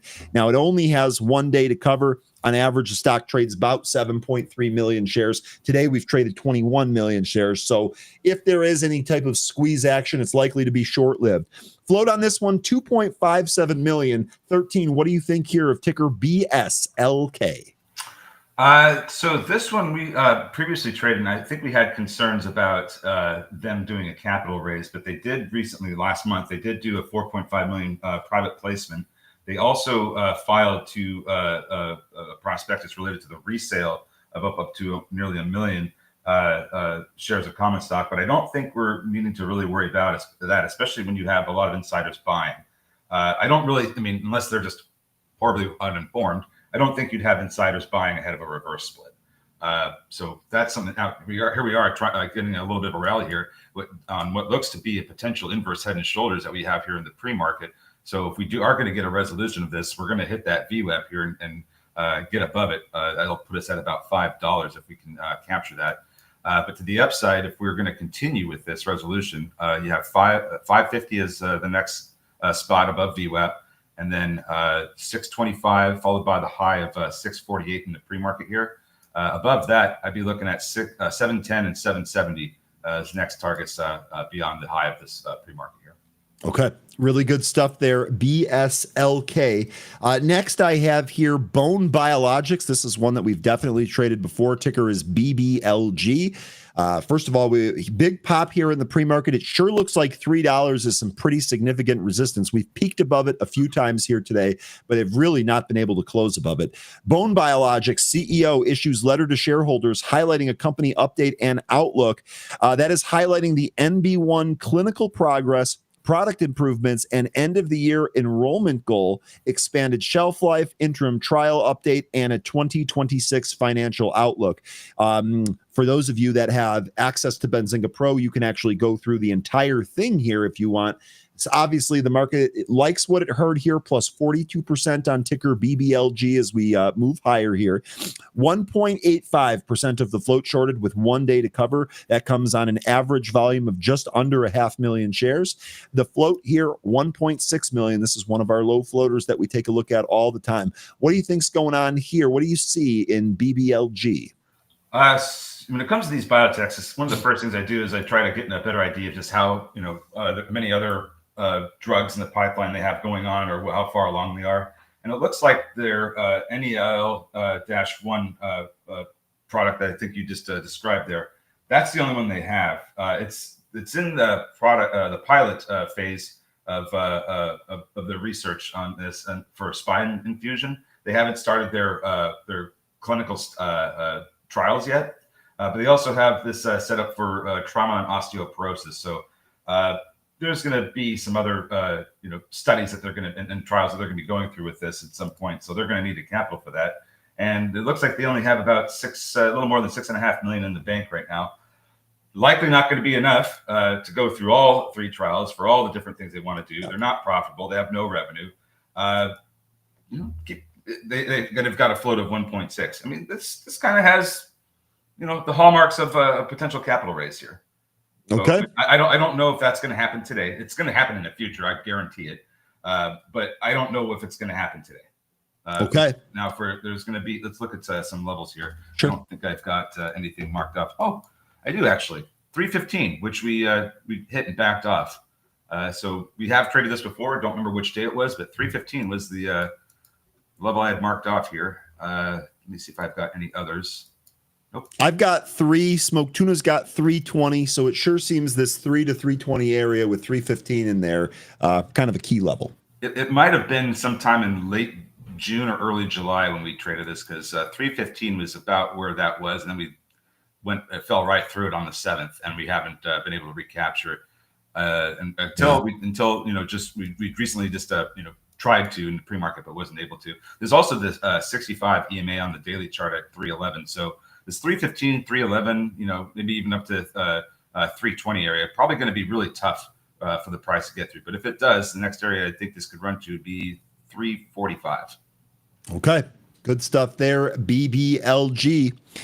Next on the list here, HWH. Yep. Just to quote Grandma's Boy again, since I apparently scared people last time I said this, don't slit your wrist, Nature's Lion. It's here. HWH is next. This is a former winner from Tuesday this week. Says this was one of the best traders of the day. This thing absolutely went ham. Shout out Smoke Tuna. I know we were talking about this one quite a bit on that day. Well, guess what? Took a little bit of a break yesterday, had one little pop on pretty pathetic volume, frankly, and then didn't do much the rest of the day. Today, however, we actually have bigger volume in the pre-market that we did in the regular session on the pop yesterday. You can see we pushed up here to 610, pulled back to the VWAP, then peaked above that level. This thing sure looks like it's trying to go. Not guaranteed that it will, but looks like it's trying to go here. If we take a look at the news, if it loads here and makes me not fill dead air. Okay, we'll take a look at the short interest first. 8.89% of the the float is shorted. That comes on 1 day to cover. That comes on an average volume of 6.4 million per day. We've traded twice that here today. As a reminder, this stock has a float of 1.5 million. Now, as far as today goes, I don't see any new news here. So this actually may be just a relative volume play. Yeah, like momentum or something, possibly. Let's see here. I'm just looking at some levels where this could potentially go to. We hit 777 on Tuesday, so that's going to be a level or no doubt resistance. We are coming down to some other areas of support. We're kind of in the middle of some consolidation from the past, but need to get our footing here. And I think if this doesn't turn around at 6, let's see here. If we don't get a turnaround at 6, then we are going to be wanting to view VWAP as the next potential support area, and that's going to be right about at the 570 area, which could also be support. If we lose that, then I'd be then it looks like 540 going to be support, as well as the 65 EMA, and if we lose those, $5 even. Okay. Good stuff there. HWH. I see a lot of people did pretty well with that on Tuesday. Maybe we'll get a repeat of that here today. Don't expect the exact same thing. Be tactical, be nimble, have a plan for both directions. Okay, next is going to be ticker AEO. Yeah, what? Real quick, Izzy was asking, why is Amazon up? No news he can see. It seems that they are up on a JetBlue partnership with Project Coupier for in-flight Wi-Fi. That's the news that I'm seeing here, is that they got a partnership with JetBlue. Yeah, that is what it looks like. It looks like it popped in the after hours yesterday. Don't see much in there, but that's what's going on here. Partnership with JetBlue for you, Izzy. Okay, going back to the movers here. Next is going to be AEO, and this is an easy one. This is the Sydney Sweeney effect. This was probably the most the easiest thing to forecast here. This was a no-brainer, as they like to say. American Eagle Outfitters shares are trading higher after the company reported better than expected Q2 financial results. The stock chart here looks like this is going to try and go even higher here. Impulse move yesterday in the after hours, pulled off of it a little bit, tested it in the pre-market, pulled, caught, and broke it to the upside. Giddy up. We'll see if we have more upside here for ticker AEO.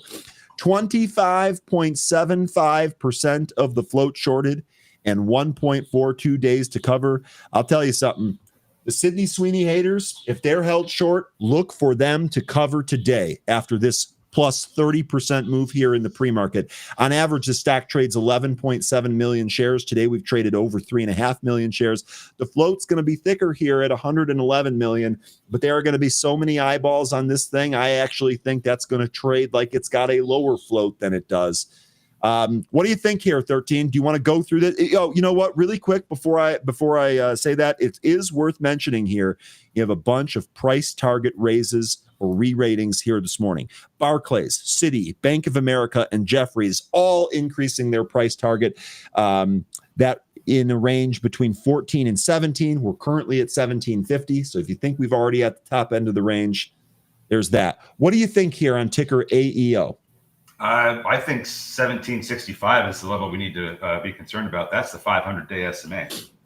And we are kind of backing off from that. So I think 1765 is the level that we're going to want to see get cleared and hold, and we want to stay above that, because that could be a rejection level. I mean, we've got a massive move from the 200 to the 500 day SMAs and all in one evening. I would be more inclined to expect some backing off from this move before we go higher. Okay, so maybe wait for a pullback, see if it settles. Though the only thing that I would say about this is that maybe there is kind of a rush to cover here right out of the open. We'll see. Definitely one that we should watch. No problem there. Diamond Hotline's asking Ryan where you find the estimated daily options move. Diamond Hotline, you get that from Benzinga Pro, buddy. If we take a look yesterday, Wednesday, September 3rd, you'll notice before the several hours before the earnings report was released in the after hours, we actually printed an article here. I actually don't even read the article on this. I just gather it right from the headline. American Eagle options imply an 11.2% move in share price post earnings. We're getting 30% here today. So we're blowing that out of the water. Good question, Diamond. The answer to all of these questions, for the most part, where do you find all of this stuff? The answer is easy. It is, in fact, Benzinga Pro. Okay. Did you have anything else on the gap list that you wanted to go over? Nope. Okay, great, because I want to take a look at Neon. There looks to be a lot of you folks taking a look at this or at least mentioning this here in the chat. Neon, you want to talk about destruction. This stock is down 79% from yesterday's close. Closed at about 21.5 yesterday. It is up off the lows at 450 here today. Now, what happened at this? There was halted as soon as the market closed for news pending. Neon Node announces anticipated financial proceeds from patent lawsuit settlement. They expect to receive proceeds of 15 to 20 million from the patent lawsuit. That is from Samsung patent settlement pertaining to an alleged infringement of certain patents assigned by Neon Node for Aquitas Technologies. So this is not a story that I have been following. This is what's going on here. My guess, and I could very easily be wrong, we definitely need to check this. My guess is that this was way, way, way more. Right? In proceeds, way less than they anticipated on expecting from this. I don't know what the deal is here, but this has to do with a lawsuit settlement, and the market is telling you that they ate it. Down almost 80. Actually, whoa, we're taking another leg lower here. This is down over 81% now. Real quick, as we do with the long side movers, we'll do it the same with the short side movers. 10.17% of the float shorted with 6.7 days to cover. It comes on an average volume of 443,000. Today we've traded 15.3 million and the float is 13 million. 13, what do you think here on ticker NEON, Neon Node? It's pretty much like a double of their cash position, isn't it? If they, well, I guess they had 13 million as of their last report, so maybe it's a little bit more, but considering their market cap, I'm not sure it's going to necessarily move the needle that much. And here's the other thing: did this actually close? Like, did they? Is it all settled? They got the money, or are we still waiting to figure out exactly how much they're going to get? I guess I would be wanting to know that, because it seems like it's trading like we didn't. So here we go. This is just from the first, and again, I'm doing this in real time with you folks here from the press release itself. Quote: while Neon Node was not a party to the lawsuit as discussed further below, the company is entitled to 50% of any net proceeds from the settlement pursuant to the terms of the assignment agreement. So I think we really need to go through this. Unless someone is familiar with this and can summarize it quickly for us, maybe I'll drop this into that next paragraph. That next paragraph after the one you read. Based on the settlement details shared with the company and subject to assessments by third parties, Neon Node expects to receive net proceeds of approximately 15 to 20 million after deducting a brokerage fee payable by the company in connection with the original assignment to Aquitas and estimated legal fees, taxes, and other expenses. The company will continue to evaluate the tax implications and other financial considerations that may affect the net amount available to the company. It seems like it's just all speculative. We don't know how much they're going to get. They're just expecting 15 to 20 million. So I don't think there's any. To me, it doesn't seem like there's anything that's solid here. Well, the stock's down 80%. What do we think about that? We think there's a trade here? In either direction. I wasn't even joking. I don't know that I want to trade this one. Maybe if it provides a setup, sure. But I think there's some other things that might provide better trades today. And this has been a day where we're not getting movement on very much news. Or some, weird news, but I think there might be some better things to trade. If it provides a setup, yeah, sure, you can go ahead and do what you want. But I don't know. I'm gonna wait on this one. Okay. See what it does out of the open. Okay. All right, there you go. That's the breakdown there. Hopefully, y'all are ready to go. AEO pounding the highs right ahead of the open here. We actually open in less than a minute. Let me get over to my main workspace here. We'll get prepared for the day. One of the things that I was looking at here for Salesforce was going to be this pre-market range. As I mapped out on my chart here, I'm looking for a breakout or a breakdown and then a back test of said range. Look what we're getting here in the pre-market. We broke out to the upside. We're back testing it. I would think then if this holds, this might be a long side, and I think you could probably target 240, 250 on those options. Okay. Looks like HWH is still trying to push higher in the pre-market here. And then real quick, 13, what does 1 + 0 equal? Do you know? What ridiculous math are you asking me? Just what does 1 + 0 equal? It should equal 1. Okay, well, your football team thinks that it equals 10. So this is how we're going to start off the day here today. We'll see who's right about that. It's football season, folks. Get ready. That's AI generated. Yeah, actually, it is AI generated. So that's why the math is off. Okay. There we go. I promised you folks we were going to have fun today. I'm not going to renege on that. All right, out of the gate here, AEO going 6 to midnight as it pops. 1830, your high print there. We'll let that settle out here a little bit. HWH pushing higher, looking to get through 650. There it goes. Going higher now. Investors Arena, did we talk about FIG? I kind of glanced over it here. FIG looks like this is taking the next leg lower here after its earnings. Not great, right? Not great earnings here. It looks like there was a little kind of overhype for this. It feels a lot like Voyager. He actually had a lot of price targets get lowered this morning as well. Piper Sandler initiating coverage on Figma with an overweight rating and announcing a price target of 85. We'll see if that supports it here. Figma down 19% right out of the open here. I'd like to know what you folks think about a possible trade here. You'll have to let me know. AEO, by the way, backing off that impulse move high, and CRM right back into its range. BRIA testing or getting down to the 200 EMA. We want to see that hold in reverse. Otherwise, it could get not great. BSLK, that's lower, still dealing with trying to recapture BWAP. ZNB, that popped but came back in. It seems like there is a little bit of a resistance area around 240 for ZNB ahead of that 260 high. Something to keep an eye on. CIGL, that's trying to go up to over 4, but it's not looking like it's got the volume right now. Amazon continuing to push higher here. Also noticing lots of call sweeps here on Amazon. All bullish, all upside. Amazon continuing to move here to the upside. Rocket popping and going to the upside. Apple popped and dropped. By the way, I closed my Apple swing yesterday, so we are all out plus 125%. Very, very short trade. Just calls. That was awesome. I'll take more of those anytime we can get it. We got HWH that just printed shy of 7. 696 is the high. It's backing off a little bit now, but not completely tanking. See, you guys are mentioning CRM continuing down here. No entry for me yet on CRM. Let's see if it holds this range here, right? 236.50 CRM. AEO, that's backing off the 1830 high. We'll see if that catches as well.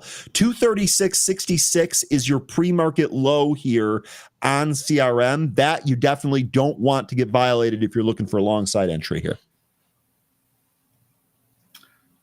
And KTR up 23% on volume. Was saying ZNB as well. The ZNB is still trying to push up. We're over that 240 area, looking for 260. Nice, Izzy, nice. 1 for 1. And what do we got here with BBLG? This thing is kind of whipping around here. Maybe it goes to 3 here in just a tick. Seems like 3 has been some resistance in the pre-market. So we're mentioning DLTH. Did we look at that one yet? We have not looked at that one yet. So Duluth, is that going on AEO? A little bit of a relationship trade, apparel retailers? CRM, another leg down here. This is actually breaking the bottom of that channel. Would like a back test here and then a hold. See if we get it. I'll go to Duluth here in a sec. Looks like BRIA has got some support from that 450, 200 EMA area, trying to recapture some of these other EMAs. Which one? I was just talking about BRIA.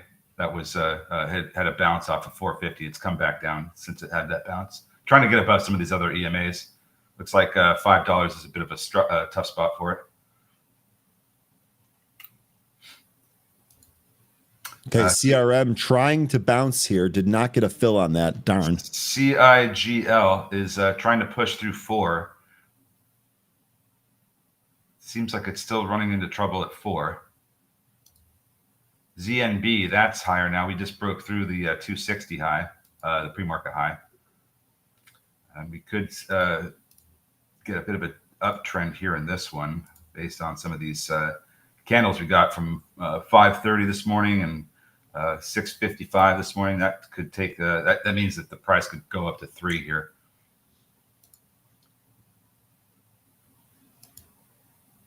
ZNB, that would be I tell you what, a move to 3 would be something. See if we get that here. HWH went up to 716 and backed off. It's still above VWAP.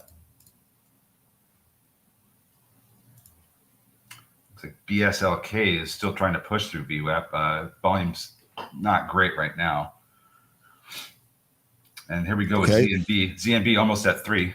I got that was fast there, but I got on CRM. I got a quick scalp there, 1 for 1. I actually think this keeps bouncing here, but I put orders out. So you can see it's held the bottom of the channel here. The next step, we want to see if this can actually break above this 230. What do I have? 239.60. That would be the top end of that channel. That might set us up for a move back towards 240. We'll see here on CRM, 1 for 1 on a small scalp there. As Nice. it holds the bottom of the range. So ZNB still underneath 3, large seller at 3, but it's coming back up to that seller.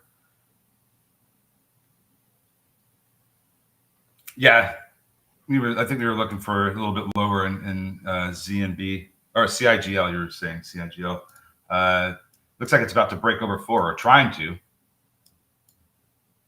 Someone asked about Google calls or Google option activity. Let me take a look here. I didn't notice any, but the action was fast and furious here.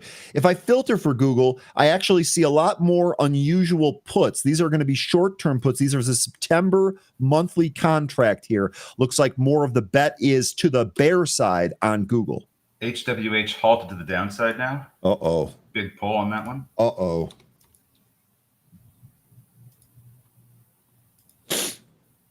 Anyone trading CRM out there, let me know what you think on that. And I tell you what, that little pop and pull into a downside halt, that's a nasty move there. CIGL through the pre-market high, going higher, looking for 490 now. Good stuff on CIGL for anyone that's in that. Rocket, by the way, continuing to rocket higher. Netflix at the highs. Ondas popping out of the gate, just like Amazon. Nice job there, Izzy, on Amazon. CIGL is going to go into a halt, it looks like. Okay.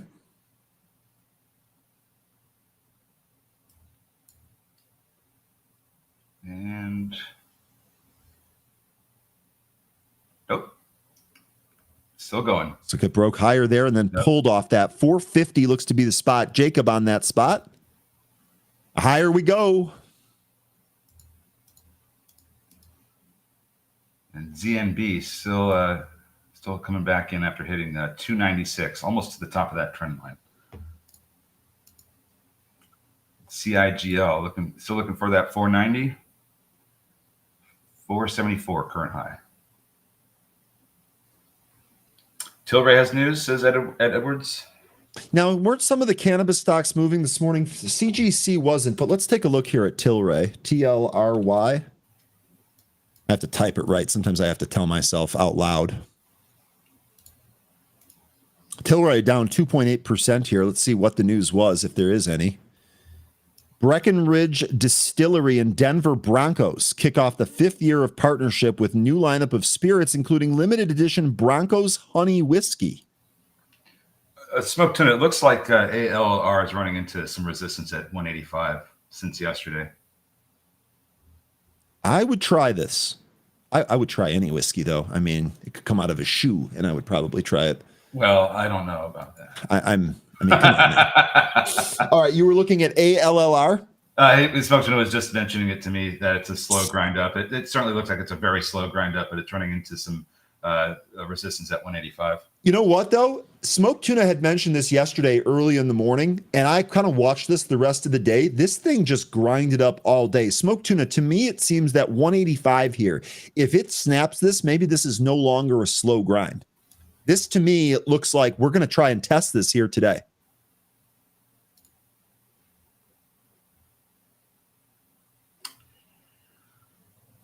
MSOS lower today. So I don't know that Tilray is necessarily affecting that one right now. Also, I think one of their largest holdings, Curaleaf.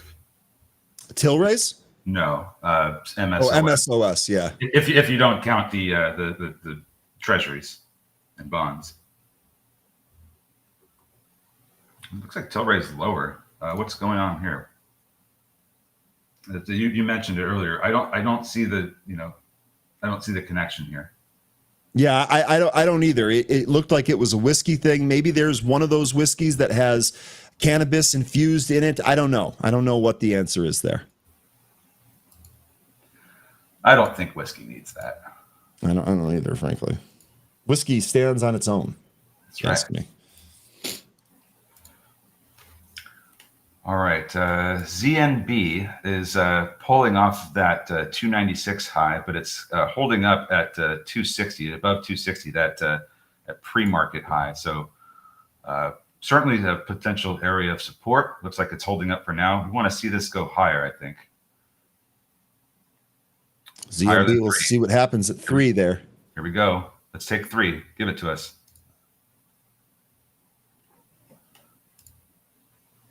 Looks like BBGL is just back and forth, having a hard time with 285.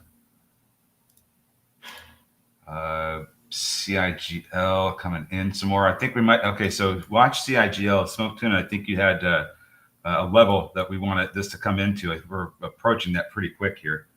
Remind me what that level was, if you could, for CIGL. Yeah. Well, not catch knives, but you'll get cut by them. That's for sure. we don't want to be trying to catch knives here.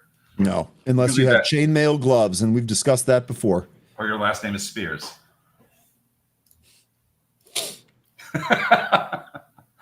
All right, there we go. ZNB hit 301 and backing off. There's still that seller at 3 that it's having a hard time with. Right here with the CRM, it does look like we're trying to break and go lower. Has anyone taken a trade here, a swing on CRM? Joe saying it's utterly eviscerated. You'll always get bonus points for using the word eviscerated on the stream. That's for sure. Let me know if you have a trade, though, on that. I almost wonder when that weakness is going to change, right? When we go from when the selling gets exhausted. Looks like BBGL is trying to push up to 315. Here you go. I'll take this. Selena says, morning from a Coloradoan. Breckenridge D makes the best, and it's the best news of the day. A touch of magic for the Broncos. Okay, so that Breckenridge whiskey apparently popular amongst Coloradans. So, Smoke Tuna, we did just touch that 363 buy spot. Did go a little bit lower down to the 345, and we're kind of backing off or reversing and going a little bit higher now. That's also where VWAP was, but could still see this coming in some more if we cannot get above 4 from here. Really good spot already. You guys are still talking about Neon here. What ended up happening with that? Doesn't look like it's doing a whole lot. It sold off at the open, went underneath VWAP. We captured VWAP. Now it's kind of hanging out around some of these other EMAs. I guess if you want a potential levels for some trade, you got $5, which is where we were trying to get over here in the pre-market before we opened. So that's one spot, and then after that you have the 65 EMA on the 5-minute, which is at 535. So $5 and 535, probably the next two resistance levels to watch for. Okay. Yeah. Let me know if any of you folks are trading Neon here. Curious to this. I just have no feel for it. That's my big issue here. Would like to just figure out what you folks are doing on this one. CIGL not done yet. You're saying it's not done for the downside yet? Let me know what you're getting at there. Because if it's not done, okay, yeah. Because here we are. We're pulling some more. Lion says, I can say CRM going to 200. Did you take a short swing trade on that, Lion? Let's go back to CRM here. And you know what? The other thing that we can do, we'll take a look and see what the options that are trading today are telling us on CRM as well. That would be a good resolution of a descending triangle. Yeah. Down to 200. And it looks like we're about to halt with CIGL, by the way. Okay, I actually don't have any unusual options here yet on CRM. That doesn't mean that options aren't trading on it. They absolutely are. I just don't have any unusual ones for that. And CIGL is now halted. Meanwhile, ZNB breaking through that trend line that I drew. 327 now the high. Now, if this comes back in, we're going to want to see that trend line provide support. All right, so I think you have it from this, right? That's it. I think this is it. Yeah. That's it.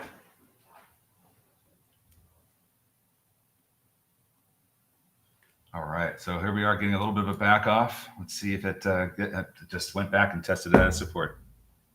It's a little bit different, the candles on yours, but on my broker here, we just tested that trend line. Yeah, well, the other thing is I eyeballed this, right? So, okay. I mean, I just kind of quickly drew this. It could very well be less than that. Lion here saying in CRM 230 puts. Yeah, Ryan.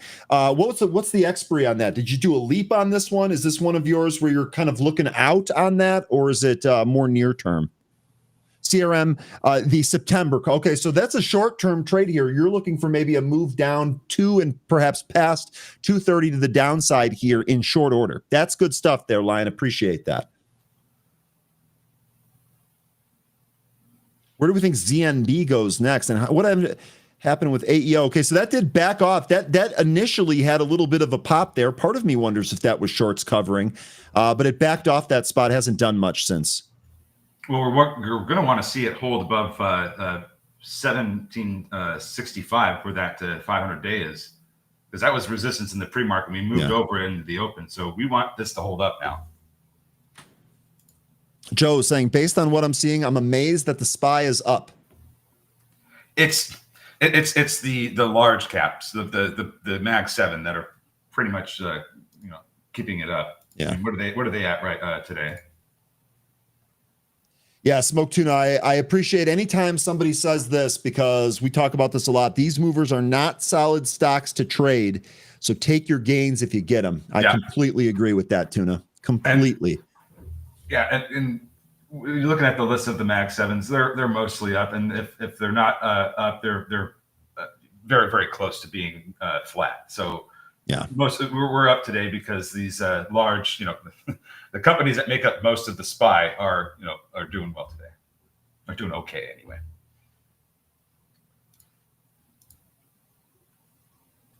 And what else you guys got out there? Bria, I feel like we haven't looked at that one in a little bit. That's trying to turn around here. It's got this task of recapturing some of these EMAs.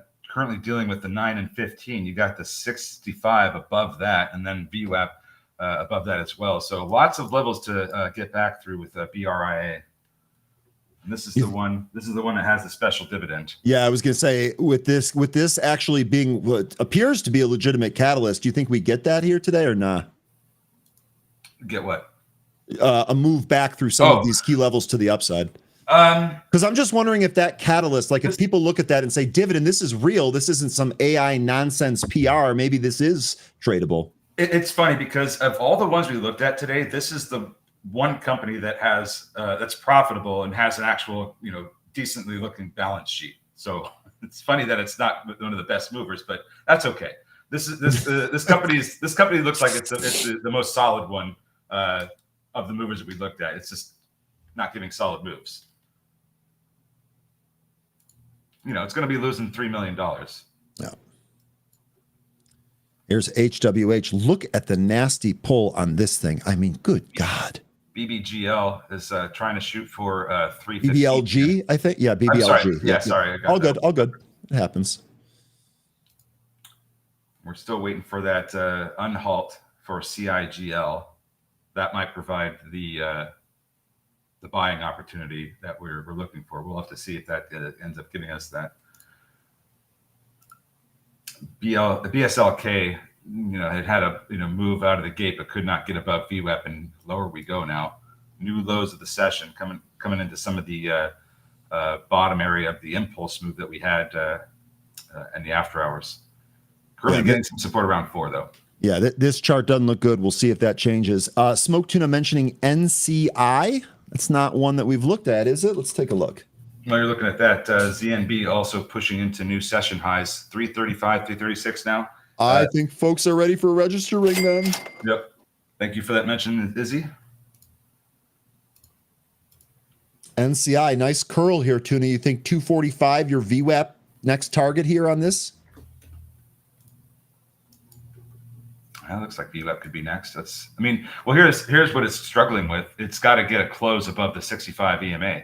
We've got 3 different candles. We're on the 3rd one right now, trying to get above it and close it. We just closed it. Now let's hit that VWAP.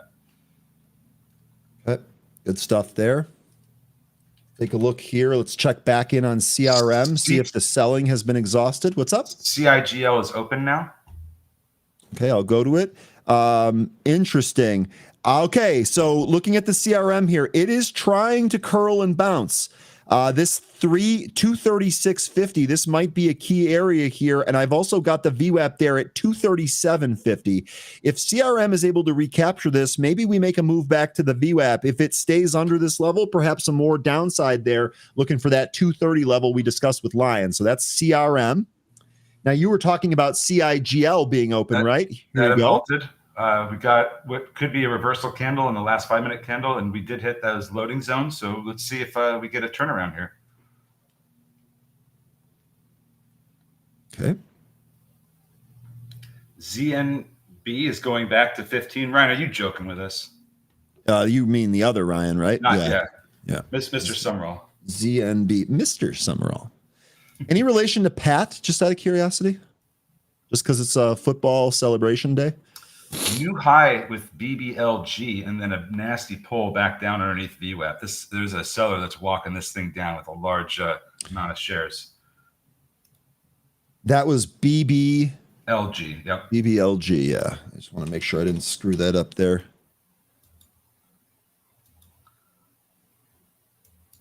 And ZNB is still hanging out above that trend line that we drew. CIGL still trying to get going here again. Need to see a recapture of that VWAP. That value I have at 354. What else is happening here today? CIGL still getting still having a hard time there. What are we looking at here with CIGL smoke tuna? Do you think we go? Think there's a loading zone a little bit lower, maybe down around 250?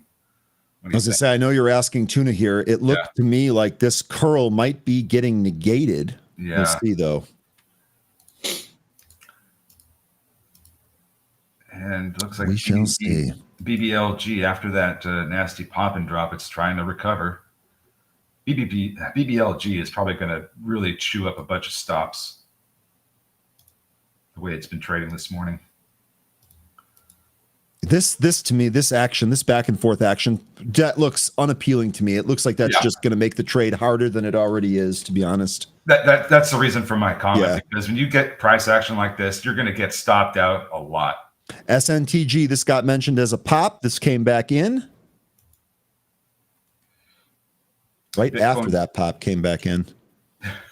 Bitcoin going down, but Sydney Sweetie is up 30%. I like how he called it Sydney Sweetie too. It didn't, not even using her name anymore, just altering the name a little bit. Well, she's America's new darling. Having her Marilyn Monroe moment. Actually, that's really not a bad comparison. CRM. All right, folks, battle is on here. 236.50. Can we get above that 236.50 level? If we do, I think probably that sets the VWAP there. 237.50 next. And then the top end of this channel, I've got this here at 239.60. So looks like a couple of levels here. We'll see if CRM has enough to curl here. One of the other things that I'm going to be watching, if this volume starts to expand with the price still trying to move above that level, I think you could probably scalp that long.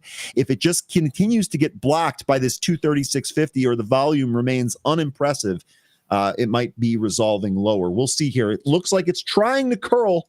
We'll see if we get it here, CRM. This would just be for a short-term scalp. I know I asked Lion earlier, that was for a swing using options. The possible curl trade here, just using some of those shares. Duluth might try to push up through the pre-market high of 314 pretty soon. It's slow moving, but it's got an interesting little setup here, and it's holding above VWAP.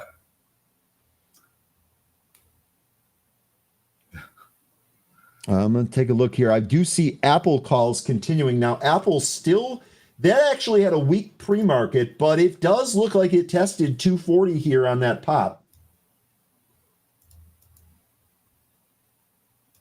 Oh, by the way, so I just got a message here from Jay Rice, who's traveling. Ryan, traveling for a week, add CIEN to your gap list. I've been talking strength in optical names for a while now. He actually has been doing that. I didn't even tie those two things together. Jay Rice, even when he's traveling, he's out here trying to contribute to the show. You just got to love that. The CIEN just had earnings, and they're at some, what is this, all-time highs now? Looks like they're at all-time highs. Blue sky for CIEN. Here you go on CIEN. They had better than expected EPS and sales figures. Let's see here. They guided much higher. Like we were saying yesterday, they have to have absolutely blowout guidance. Yeah. They guided much higher than the estimates. Estimate was for 1.21 billion. They guided 124 to 132 billion. Wow. So and real quick, folks, real quick. CRM. Are we going back to the VWAP here, folks? We're back in that channel. Let's see if it's got the strength to get to that VWAP. This is ticker CRM. I've got, and again, that value there, 237.30 now. That's actually coming in a little bit. Yeah, that is interesting because we've been seeing some interesting news articles regarding fiber optics and data transportation. This is going to be one of the things behind the things when it comes to the AI trade, which is still going on. You're going to need to transfer that data pretty fast. Optical offers, the best in breed in data transmission. So I think you're going to want to be paying attention to some of these, and it looks like this is going to continue to expand. This has almost 100% institutional ownership. This is going to be a good one. That is a good one. Thank you, Jay. If you're out there listening, BBLG, by the way, this busting and this is going, that volume expansion. I wasn't in this, but man, this was a great call here. Group that's on this, giddy up. And CRM, we are curling. That is back to the VWAP. That scalp done now too, or almost there. So, okay, finally, 13. This has been an absolute rager out of the open. I am going to go to the washroom. I'll be right back one sec. I'm going to leave the CRM chart up here. No active day trades, 2 for 2 on scalps, BRB. Sounds good. For that excitement, I would be taking a bathroom break too. All right. Meanwhile, we have HWH. That's coming down and getting some support from the 65 EMA. We'll see if that holds. I'm not sure it will. Let's see. And meanwhile, ZNB, that did come beneath the trend line that we drew, testing the VWAP, getting some support there. Need to see some better volume to have it recover. What was the other one we were looking at? CIGL, how's that doing now? So this, this kind of hanging out of, above 3, trying to anyway. Need to get above 325. That was the level we need to recapture here. That was previously support. Now it's resistance. Above that, you have the VWAP, but let's get a recapture of 325 and CIGL. If we cannot do that, the next support area is going to be down around, looks like either either 250 to 270 could where there could be some support in that range. BBLG continuing to go 365, 367 now, 68, 71. Still climbing, folks. Let's see where this goes. Where do we see this run into?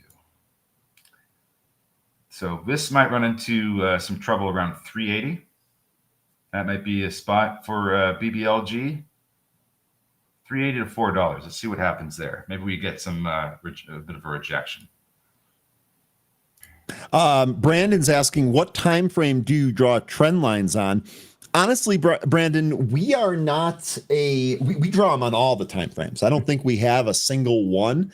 I draw them on the daily and the weekly. We draw them on the 5-minute often. So we draw intraday timelines and trend lines, on some of the longer term charts as well.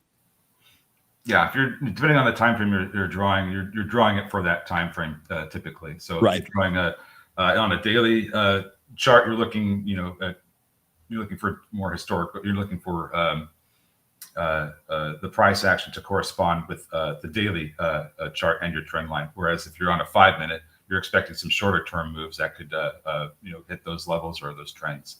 So it's really depending on it really doesn't make that big of a difference. It's just what you're using it for. So if you're using it for a short term trade on a smaller time frame, that works more times than it doesn't.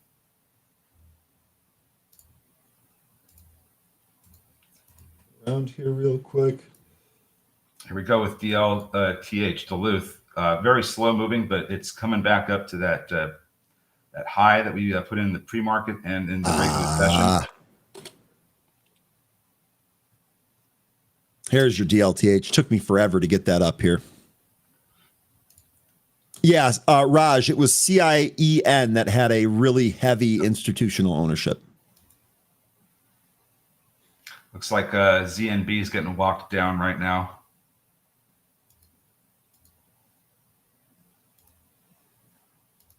That's a pulling. DLTH right back at this resistance area.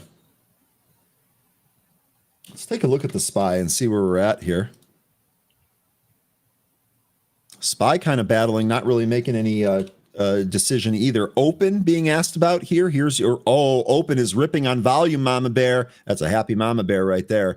This is actually above yesterday's pre-market high as well. Did we get news on this or anything?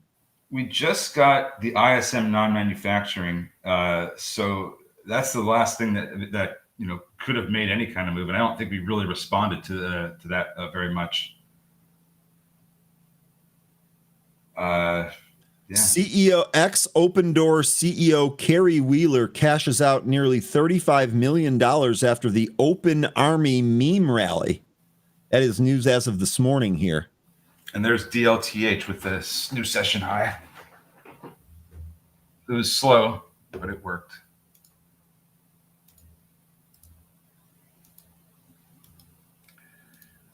All right. Looks like CIGL is still struggling with a turnaround here. Looks like Salesforce took its VWAP, folks. ZNB lost its VWAP. Excuse me. Now it's trying to get some support from 260, which was previously a resistance area.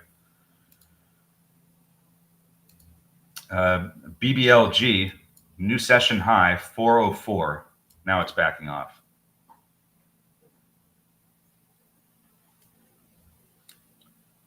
Okay, now that we broke this VWAP, I'm going to try a little CRM here, but I'm not going to let it go red a whole lot. We get back down to the bottom end of that channel, I'll probably close that. We'll see.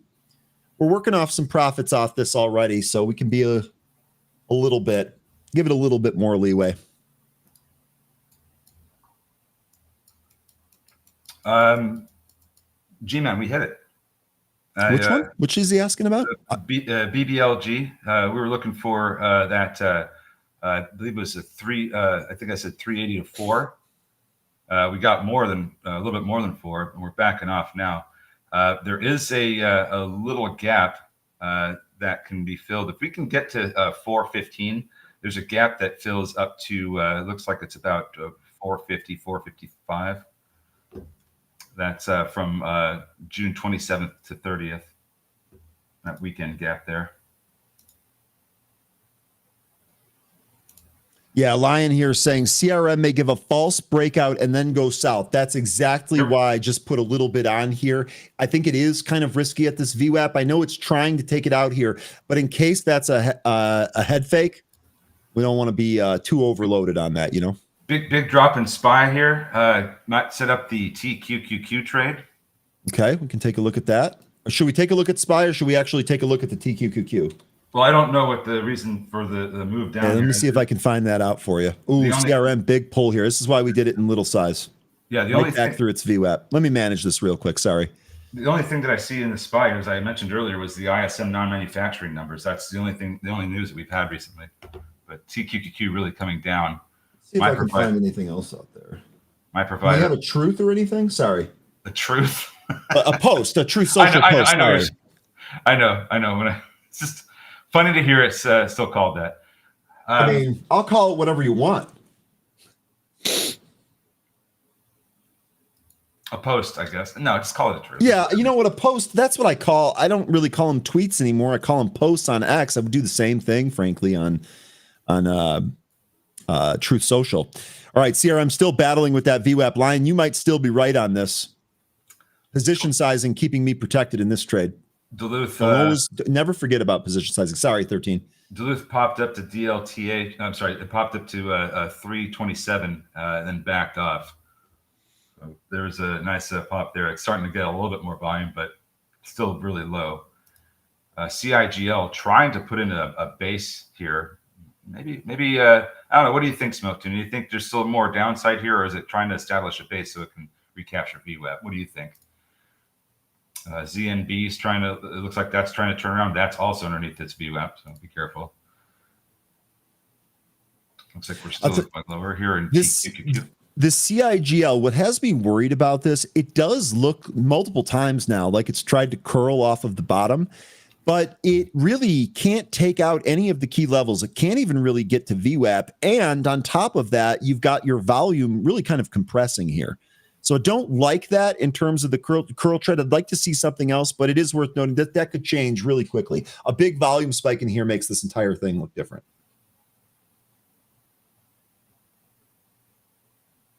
Qs are going down. We're still pulling that. Actually, I see the NASDAQ bouncing a little bit now.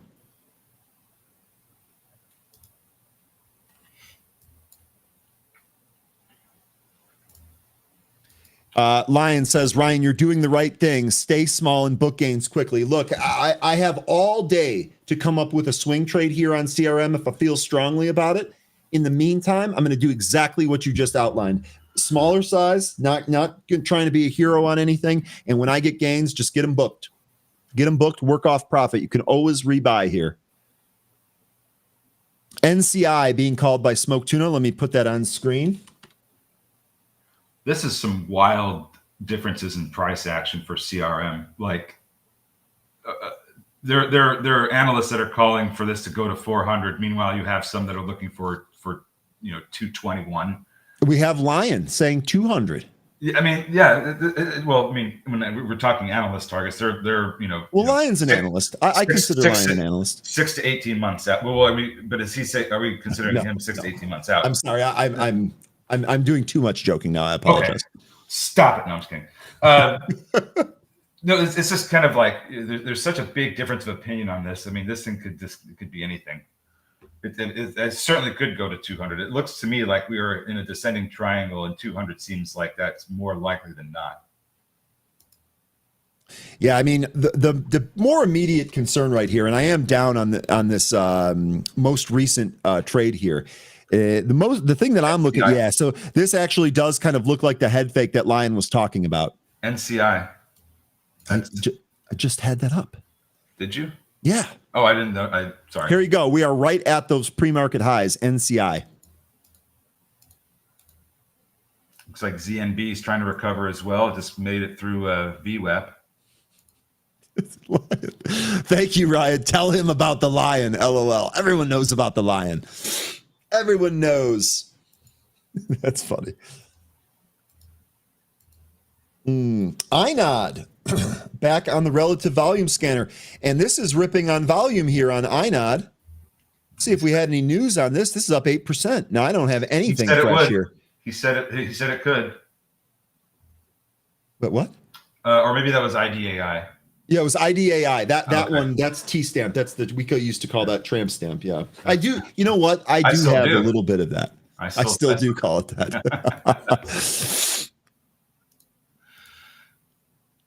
Getting a nice little move here in the TQQQ. That was a good call. Like as soon as you saw that pull, you were on top of that. That's exactly the type of alerting I want. It didn't give the exact distance away, No. but it provided something. So I took a small position and made a little trade there. Let me really quickly here. Does anyone have like an old school home remedy for relieving an itch from a bee sting? I heard yesterday on sports radio, one of the guys is from Cincinnati. He said when he was a kid, his parents told him to cut an onion in half and put that on the actual sting. I can't see how that would possibly help. I didn't do it myself, but this thing itches like a mug today.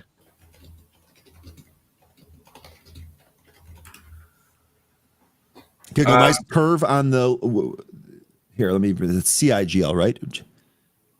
Yeah, I think you had GIGL. It's CIGL, right? Tuna. CIGL is the one we're trading, yeah. Yeah. Cortisone 10. Okay, calamine lotion. Okay, yeah, calamine. I used to use that for mosquito bites, right? Louisiana says tobacco. Red man on beast. Wait, are you guys kidding? Or that Louisiana hot sauce. That seemed to work in that one.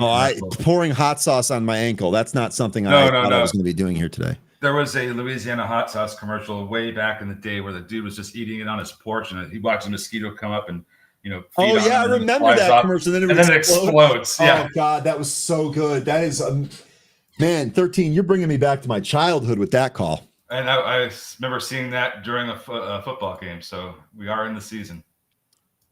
Wow, INOT is just on a tear right now. It's hitting 40. Yeah, INOT ripping here.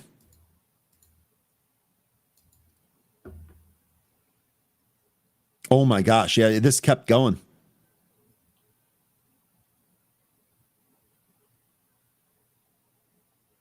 Smell says, "Pee, guys, I'm not peeing on myself. I'm sorry. Put honey or aloe on it. I do have both of those. I could try honey, huh?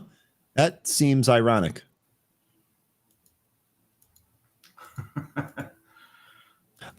Steppen, I'm glad he's not alone. Cut an onion in half. This is what we used against bee bites in my childhood in Russia as well. Okay, so from Russia to Cincinnati, it looks like that's actually a treatment. You didn't put vodka on it? I did not pour vodka on it. No. No, I'm talking about our Russian friend. Oh. I'm just messing. Looks like BBLG is still trying to hold above that 315 level and VWAP. No, I'll tell you what, you can always rely on this group. Ryan, apply a paste of baking soda and water. Several of you have said that. I'll tell you what, I could come up with the most random question here and you guys will give me answers. And I love that. You should work on a really difficult question. Drink the vodka. That's right. Rub Nutella on it. I haven't heard that one before. Make sure the stinger is out. Now, that's an interesting one. I did think I tried that. I don't see it in there.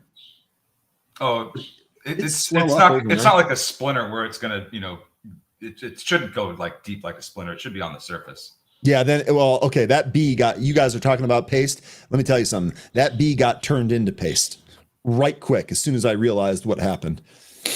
All right, let's see. What do we got here? Any other trades setting up? I think we basically just have trades that are moving here. AEO maybe back to the highs here. Watch an 18 test and a possible move higher.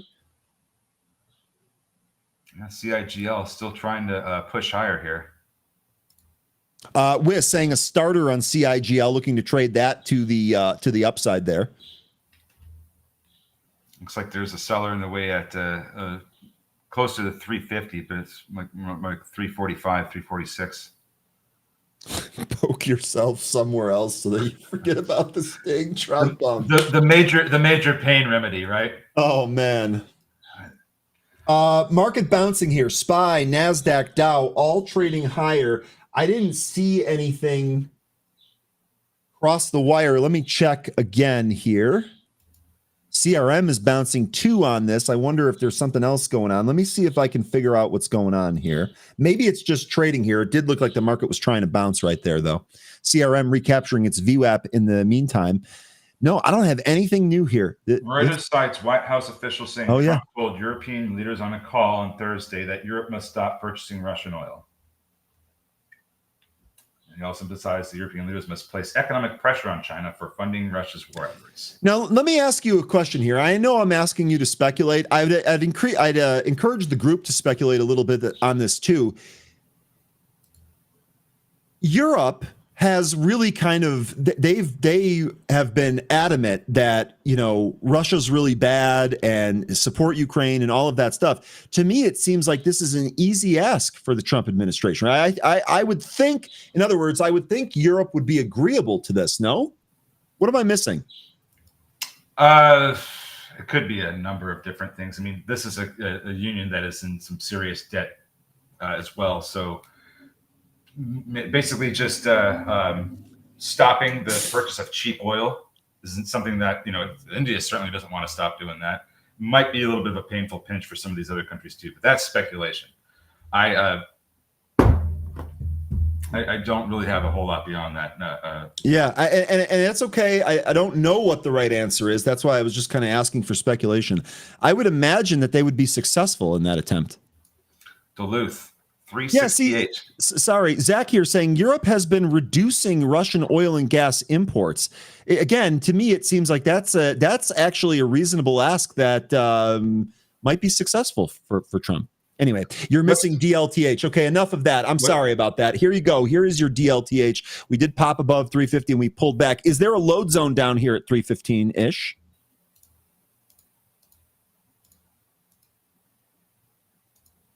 You asking me? I'm asking just the royal you, just in general here. Is this a load zone? Is this a potential buy area on DLTH now that we've broken higher here? Maybe the 315 area could be the last line, but it looks like it's already picking up here from the 325 zone. I mean, I'm just thinking that this is moving with AEO. That's just what I think. Yeah, no, you're probably right about that. Also, by the way, that pullback never really reached that area. Now it's trying to trade back up towards those highs. We'll see.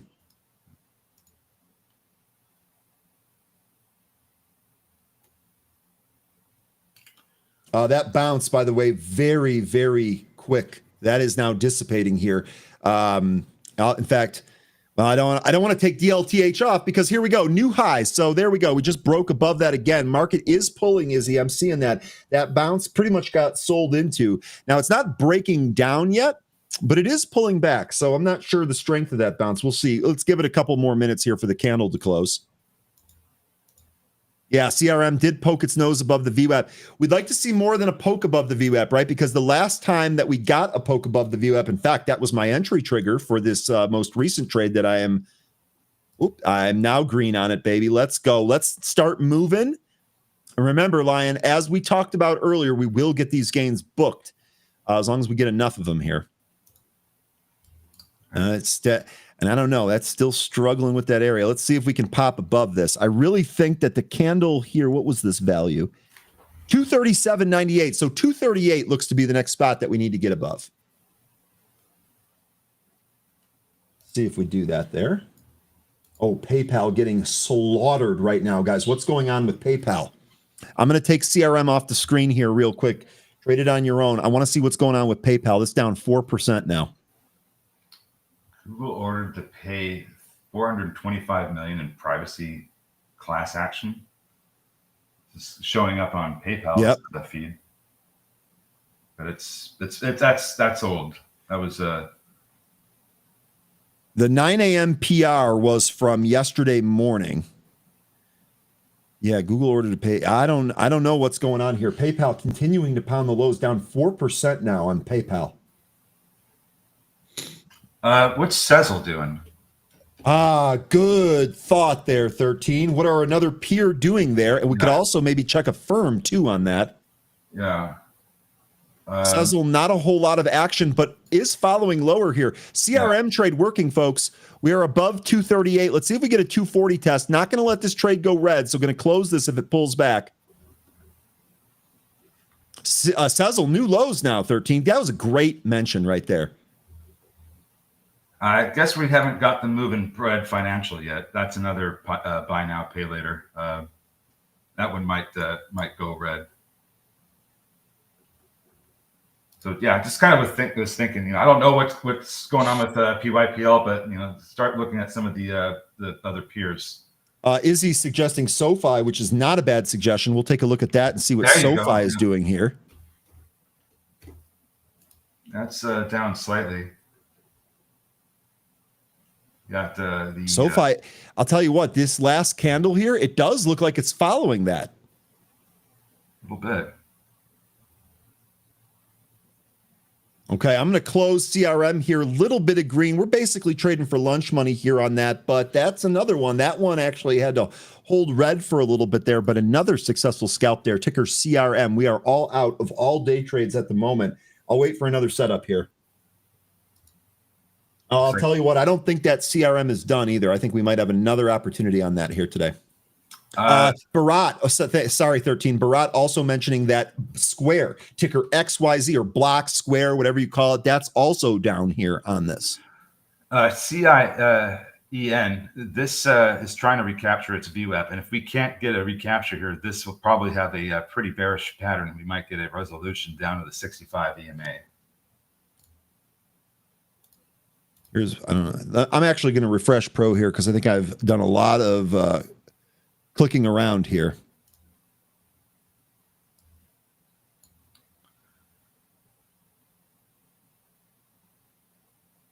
That was a good call, Barat. That did respond here to that. You know what? I haven't even actually.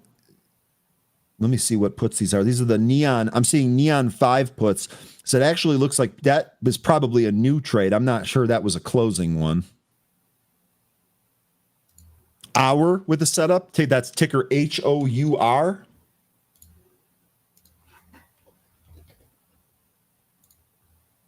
Vaughn saying in and out of CRM. You know what, Vaughn, I'm glad it's working there for you. I think the levels that we had defined were pretty much spot on here today. And I think as far as in and out scalps, you can probably do that all day here today. I am curious to see if we get a larger trend that builds. Like, is that 234.5? Is that the actual intraday bottom? Maybe we can swing against that. I know Lion here has a short view on CRM down to 200. The 230 put for September is the actual trade itself. We'll see if we get a more clearly defined trend here, but I think you're going to be fine scalping that most of the day. Just do it against the levels. Focus on your entry. Don't buy it when it's breaking higher. Rather, buy it when it holds a support. BBLG still getting support from that 315 area. Watch for a reversal. Hour has had earnings. That's why it's up. Okay. That was reported on Tuesday. That's the last piece of news that I have here, but still moving higher. And they didn't provide guidance. By the way, JDST and Dust, 2 of the Direxion Bear Gold Miner ETFs that Ed talked about this morning, both of those higher and on the relative volume list here today, the relative volume scan list here today, those higher by 3% here.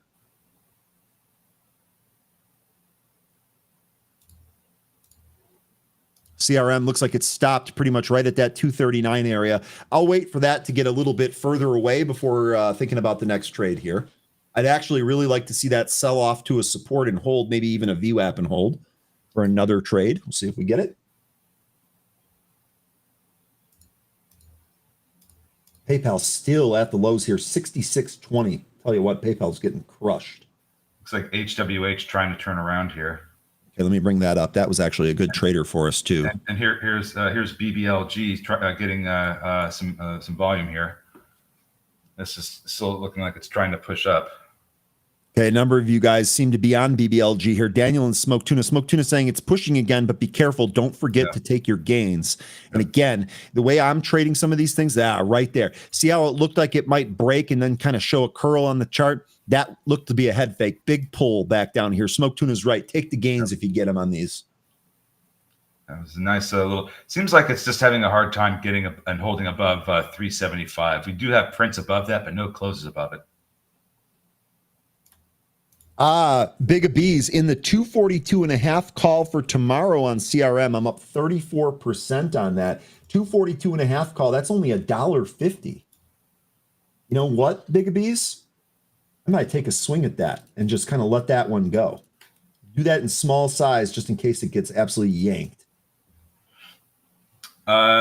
Still keeping an eye on CIGL. We haven't really gotten a breakdown beneath 284. Not that it couldn't, but it's still, kind of going sideways here.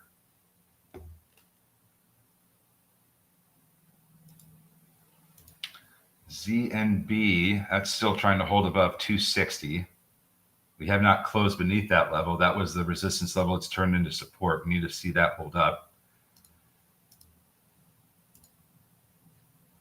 Waiting for HWH to do something. Looks like Duluth is trying to get back over 4 again. We have a high print of 407.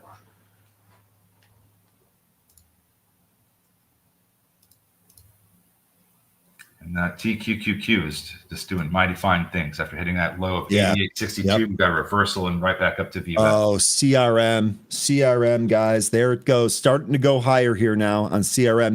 Now we're at the top end of that channel. Watch to see if this breaks above CRM.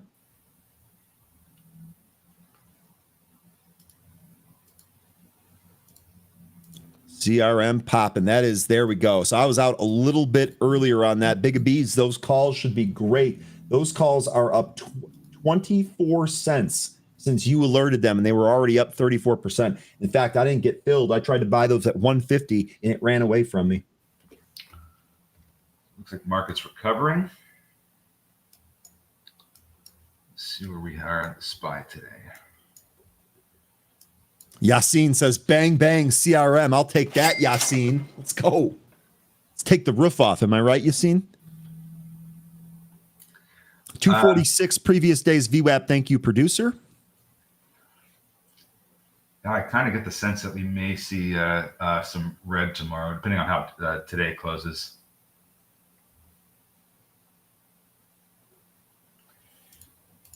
Best Buy CEO on CNBC right now. I can't hear what she's saying, but and they actually don't even have a chart. Let me take a look at ticker BBY Best Buy. This is a little bit higher here today. Insider sale. Just from the controller, one insider sale. Goldman Sachs seems to think this is going higher.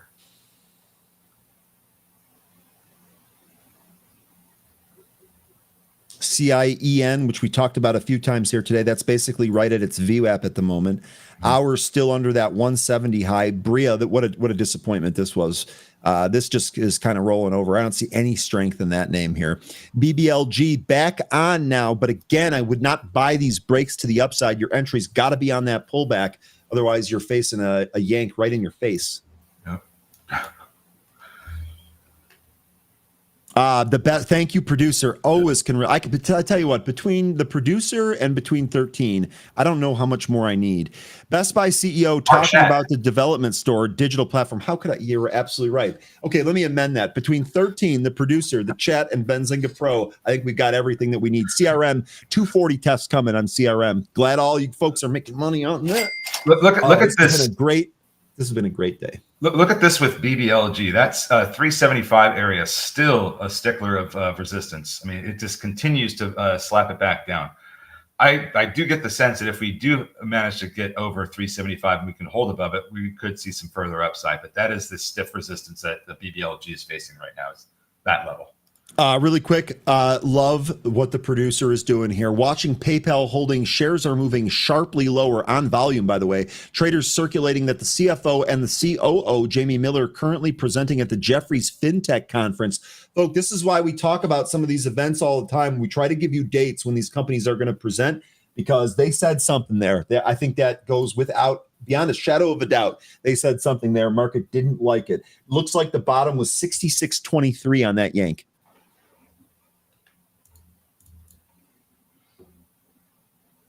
Yeah, it does have some pretty decent consolidation. Just waiting for that move. I think that move's going to come by way of 325 recapture. Kind of hanging out there. Sorry. No, it's quite all right. I actually thought you were done. Big B's, I'm already out of CRM, ring that register, but it's retesting that 240 level. Once it breaks out there, 243.5, your next target there. Really good trade on that, Big B's. Thank you for calling it live with the chat with us too. Appreciate that a lot. Smoke Tuna is making an early entry on SYBX. This is SynLogic. I don't see this thing moving a whole lot. What are we looking at here with SYBX?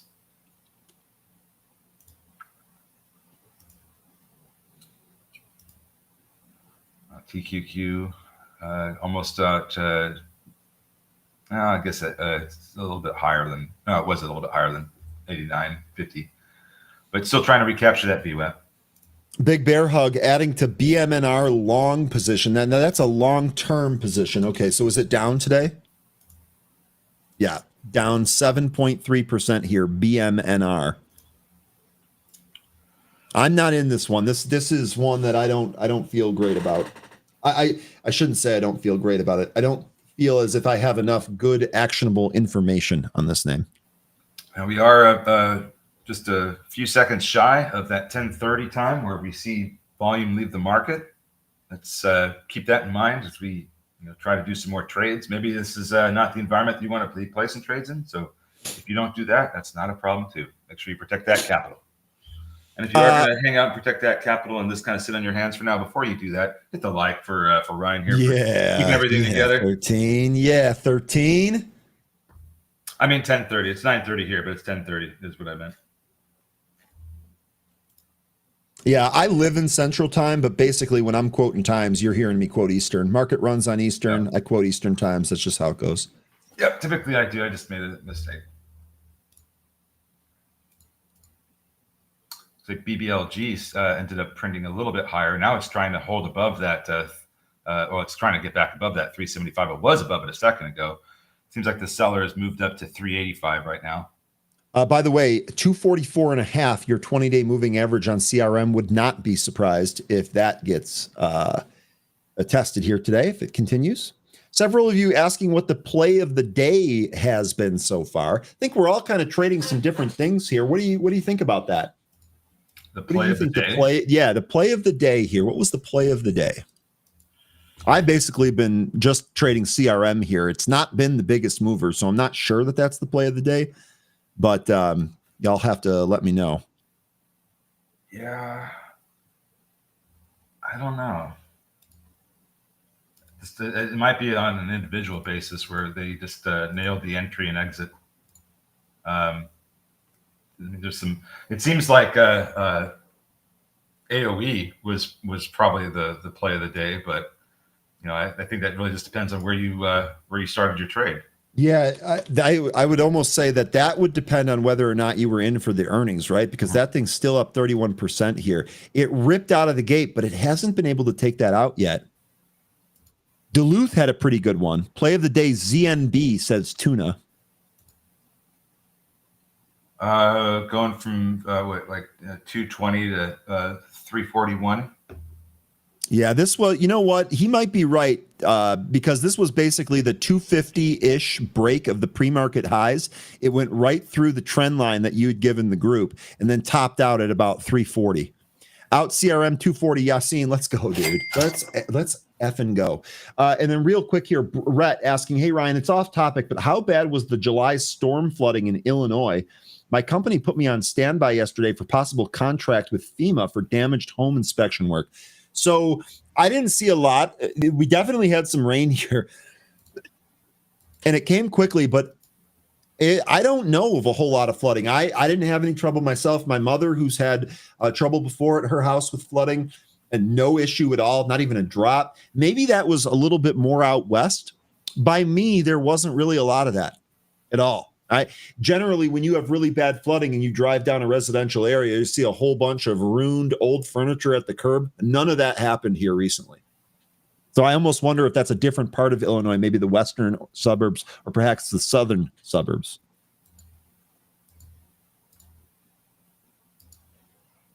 Well, Duluth has another big candle here. It poured in Michigan yesterday. You're in the Grand Rapids area, right, Izzy? So you're what, the east side of Lake Michigan?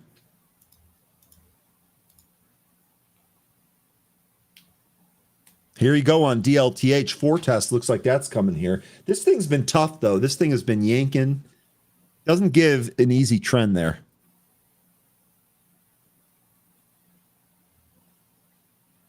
I need some comments from what are you?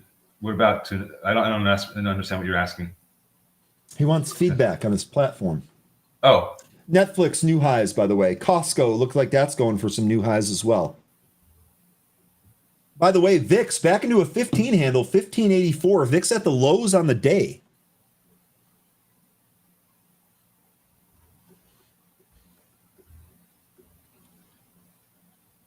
yeah, it does look like they need more time. CIGL. Oh man, look at this CRM. Look at this CRM. That what? Oh my God. Giorgio Armani died. Yes, he did. Boy, I am just seeing that news here. Dead at 91. What a life. Well, I bet he went out with style. Judging by the pictures they just showed of him, he was dripping with style 24/7. Big Bear Hug says CRM gains are financing my BM&R position build. Love it.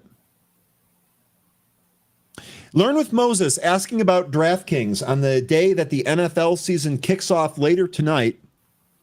That makes a lot of sense to me. DraftKings here, look at this, straight down out of the open.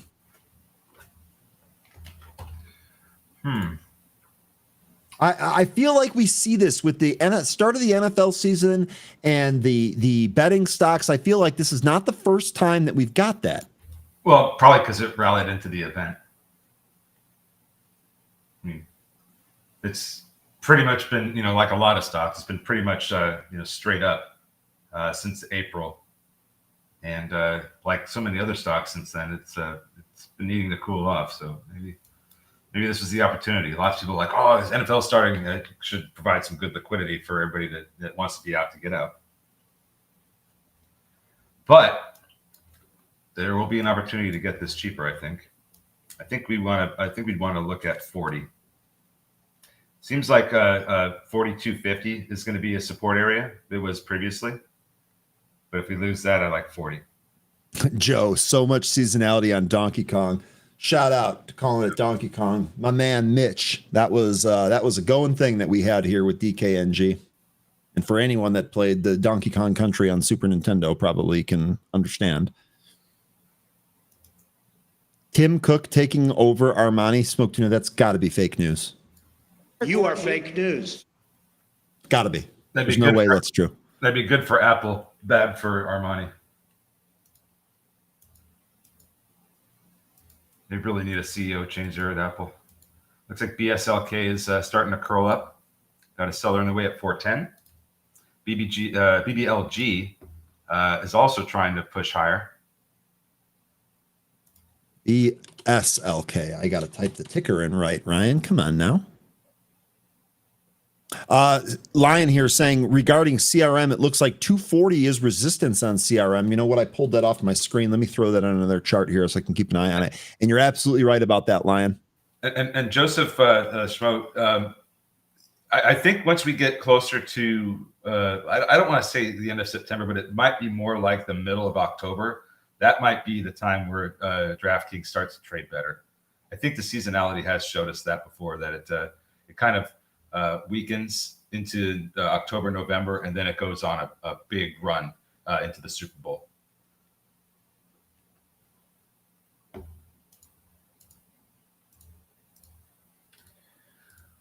The sideways price action in some of these things. ZNB trying to, I mean, it's sideways, but it's trying to recapture VWAP still. BSLK looks like it's curling after going sideways and establishing a bottom at 380. Let's see if this can recover. It's 200 EMA. BBLG looked like that was starting to go up, but nope. It's going back down. Duluth hit a new session high, 409. Still trying to hold VWAP. Smoke Tuna mentioning ALLR again.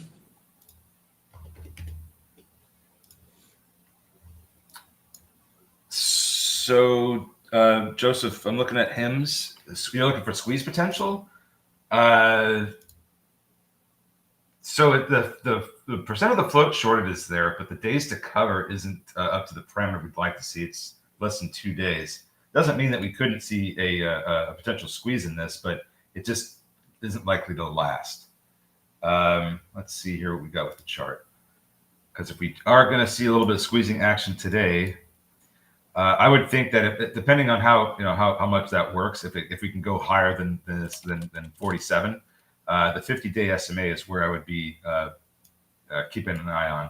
That's going to be just shy of $50 even, and we are getting a bit of a double bottom reversal off of the 200-day SMA. So certainly looks like we could go to the 50-day SMA in HIMS. It just, I don't know about how much of a squeeze you're going to get. It does look like it has squeeze potential, but not going to be a prolonged squeeze, if you get what I'm saying. Ondus doing Ondus things and bouncing. We'll take that. With Ondus chilling here in the low fives, I'm content sitting on my shares. I've already done enough selling to raise cash and book gains. Even if this thing has a pullback, I'll be able to weather that with no issue at all. So right now, I'm just kind of not even trading Ondus back and forth. I'm just kind of waiting this out. I'd like to see a move above 6, and then we'll start looking at maybe some more trim spots. I'd really like to trim at 10, frankly, the next time. I know that's a double from where we're at, so it might take some time, but that's kind of what I'm thinking there. SOGP getting mentioned here in the chat. This has been a ridiculous runner. This running again. This thing went from 3 to 27 in 4 sessions. It's up at over 32 now. 32 and a half right now. Unreal move in SOGP. Looks like 40's possible. I mean, you had said earlier it can do whatever it wants. This feels like one of the stocks that can do whatever it wants. I mean, I'm kind of looking to see where the next resistance levels are. We're kind of at one right now, but if we go higher, there's resistance that looks like at around $36. And then after that, you got 40. So maybe 40 is on in the cards. I don't know about today, but soon. Okay, 13. We have an all access here that we're going to get over to. I am sorry, actually. I apologize to the group there on that. I'm actually a minute late here.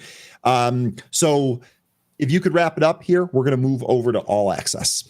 All right, folks. Well, hey, another wonderful day trading with y'all. We got PCE tomorrow. We'll see. We have the jobs report tomorrow. That's going to probably really make some market moves that we can trade. We'll find those trades. We'll trade them. We'll make some money. We'll have a good time. Football tonight, folks. Make sure you're watching. I'll see you later. Bye-bye.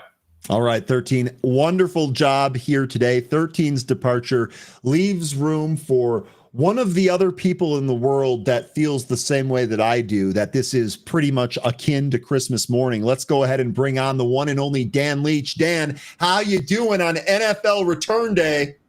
Well, let's go Christmas and Hanukkah and Kwanzaa all wrapped into one.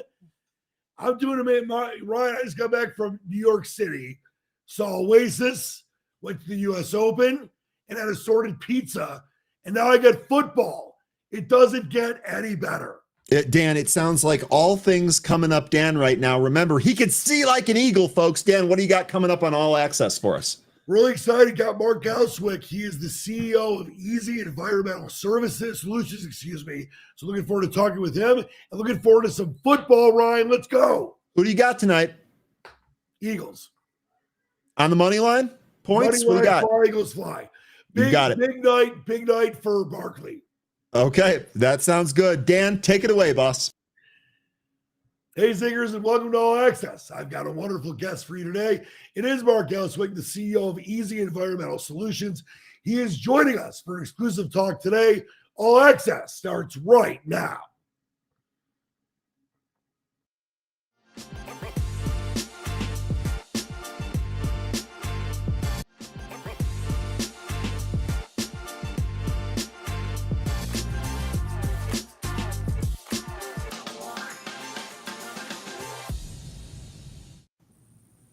And it is my pleasure to welcome in the CEO of Easy Environmental Solutions, Mark Elswick. Mark, great to be with you today. Well, thank you so much, Dan.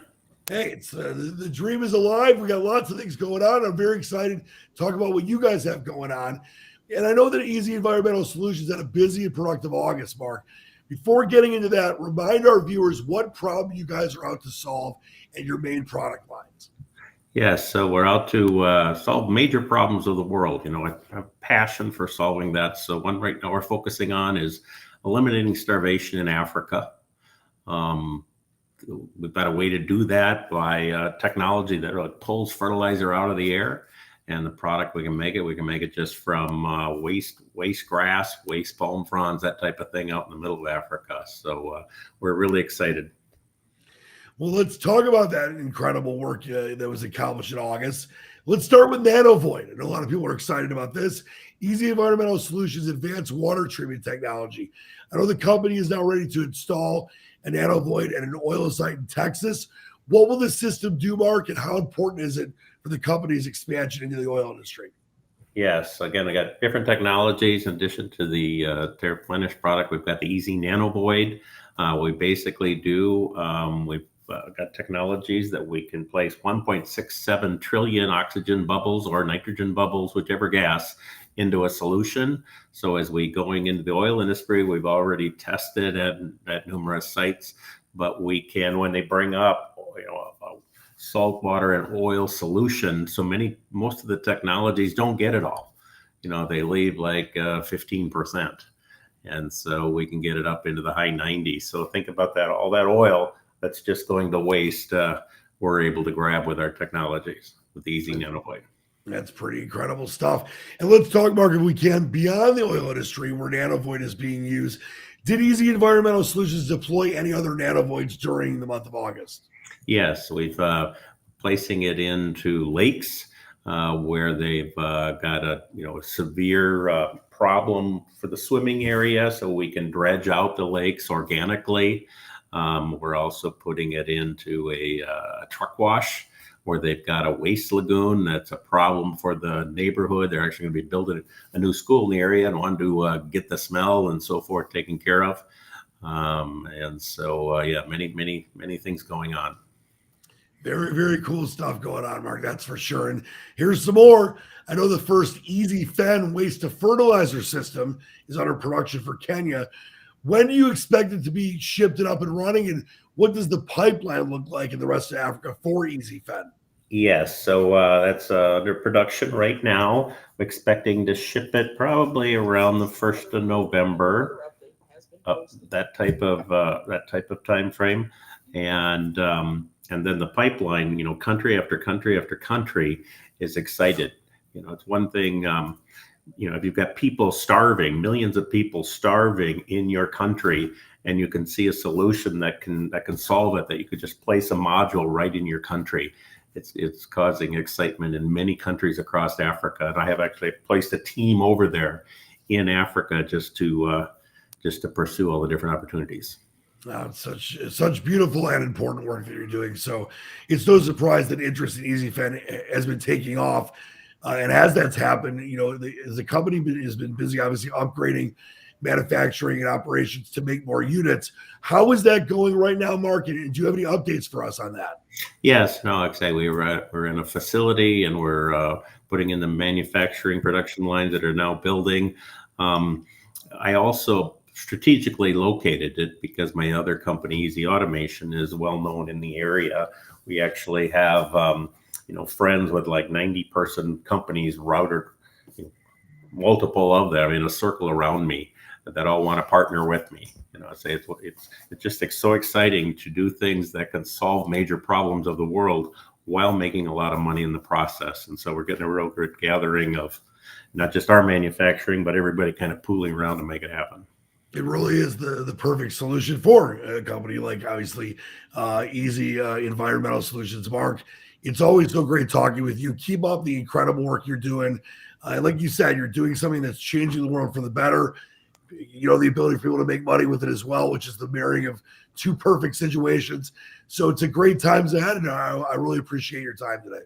Yeah, we're just really excited about it. It can solve problems today, but for the company, it provides a massive amount of recurring revenue. You know, every gallon that's produced, there's recurring revenue coming in for the company. So it gives us a long pathway. Oh, it's fantastic. Mark, thanks again so much for your time. Look forward to talking to you again soon. Okay, thank you so much. Take care. My true honor and pleasure. That was the CEO of Easy Environmental Solutions, Mike Gallswick. Always a great, time talking with him. Incredible stuff they are doing at Easy Environmental Solutions. And that's all for today. My fine citizens, I'm Dan Leach. Say keep your feet on the ground. Keep reaching for the stars. Football is back. Thanks so much for watching, and have a great day, everybody.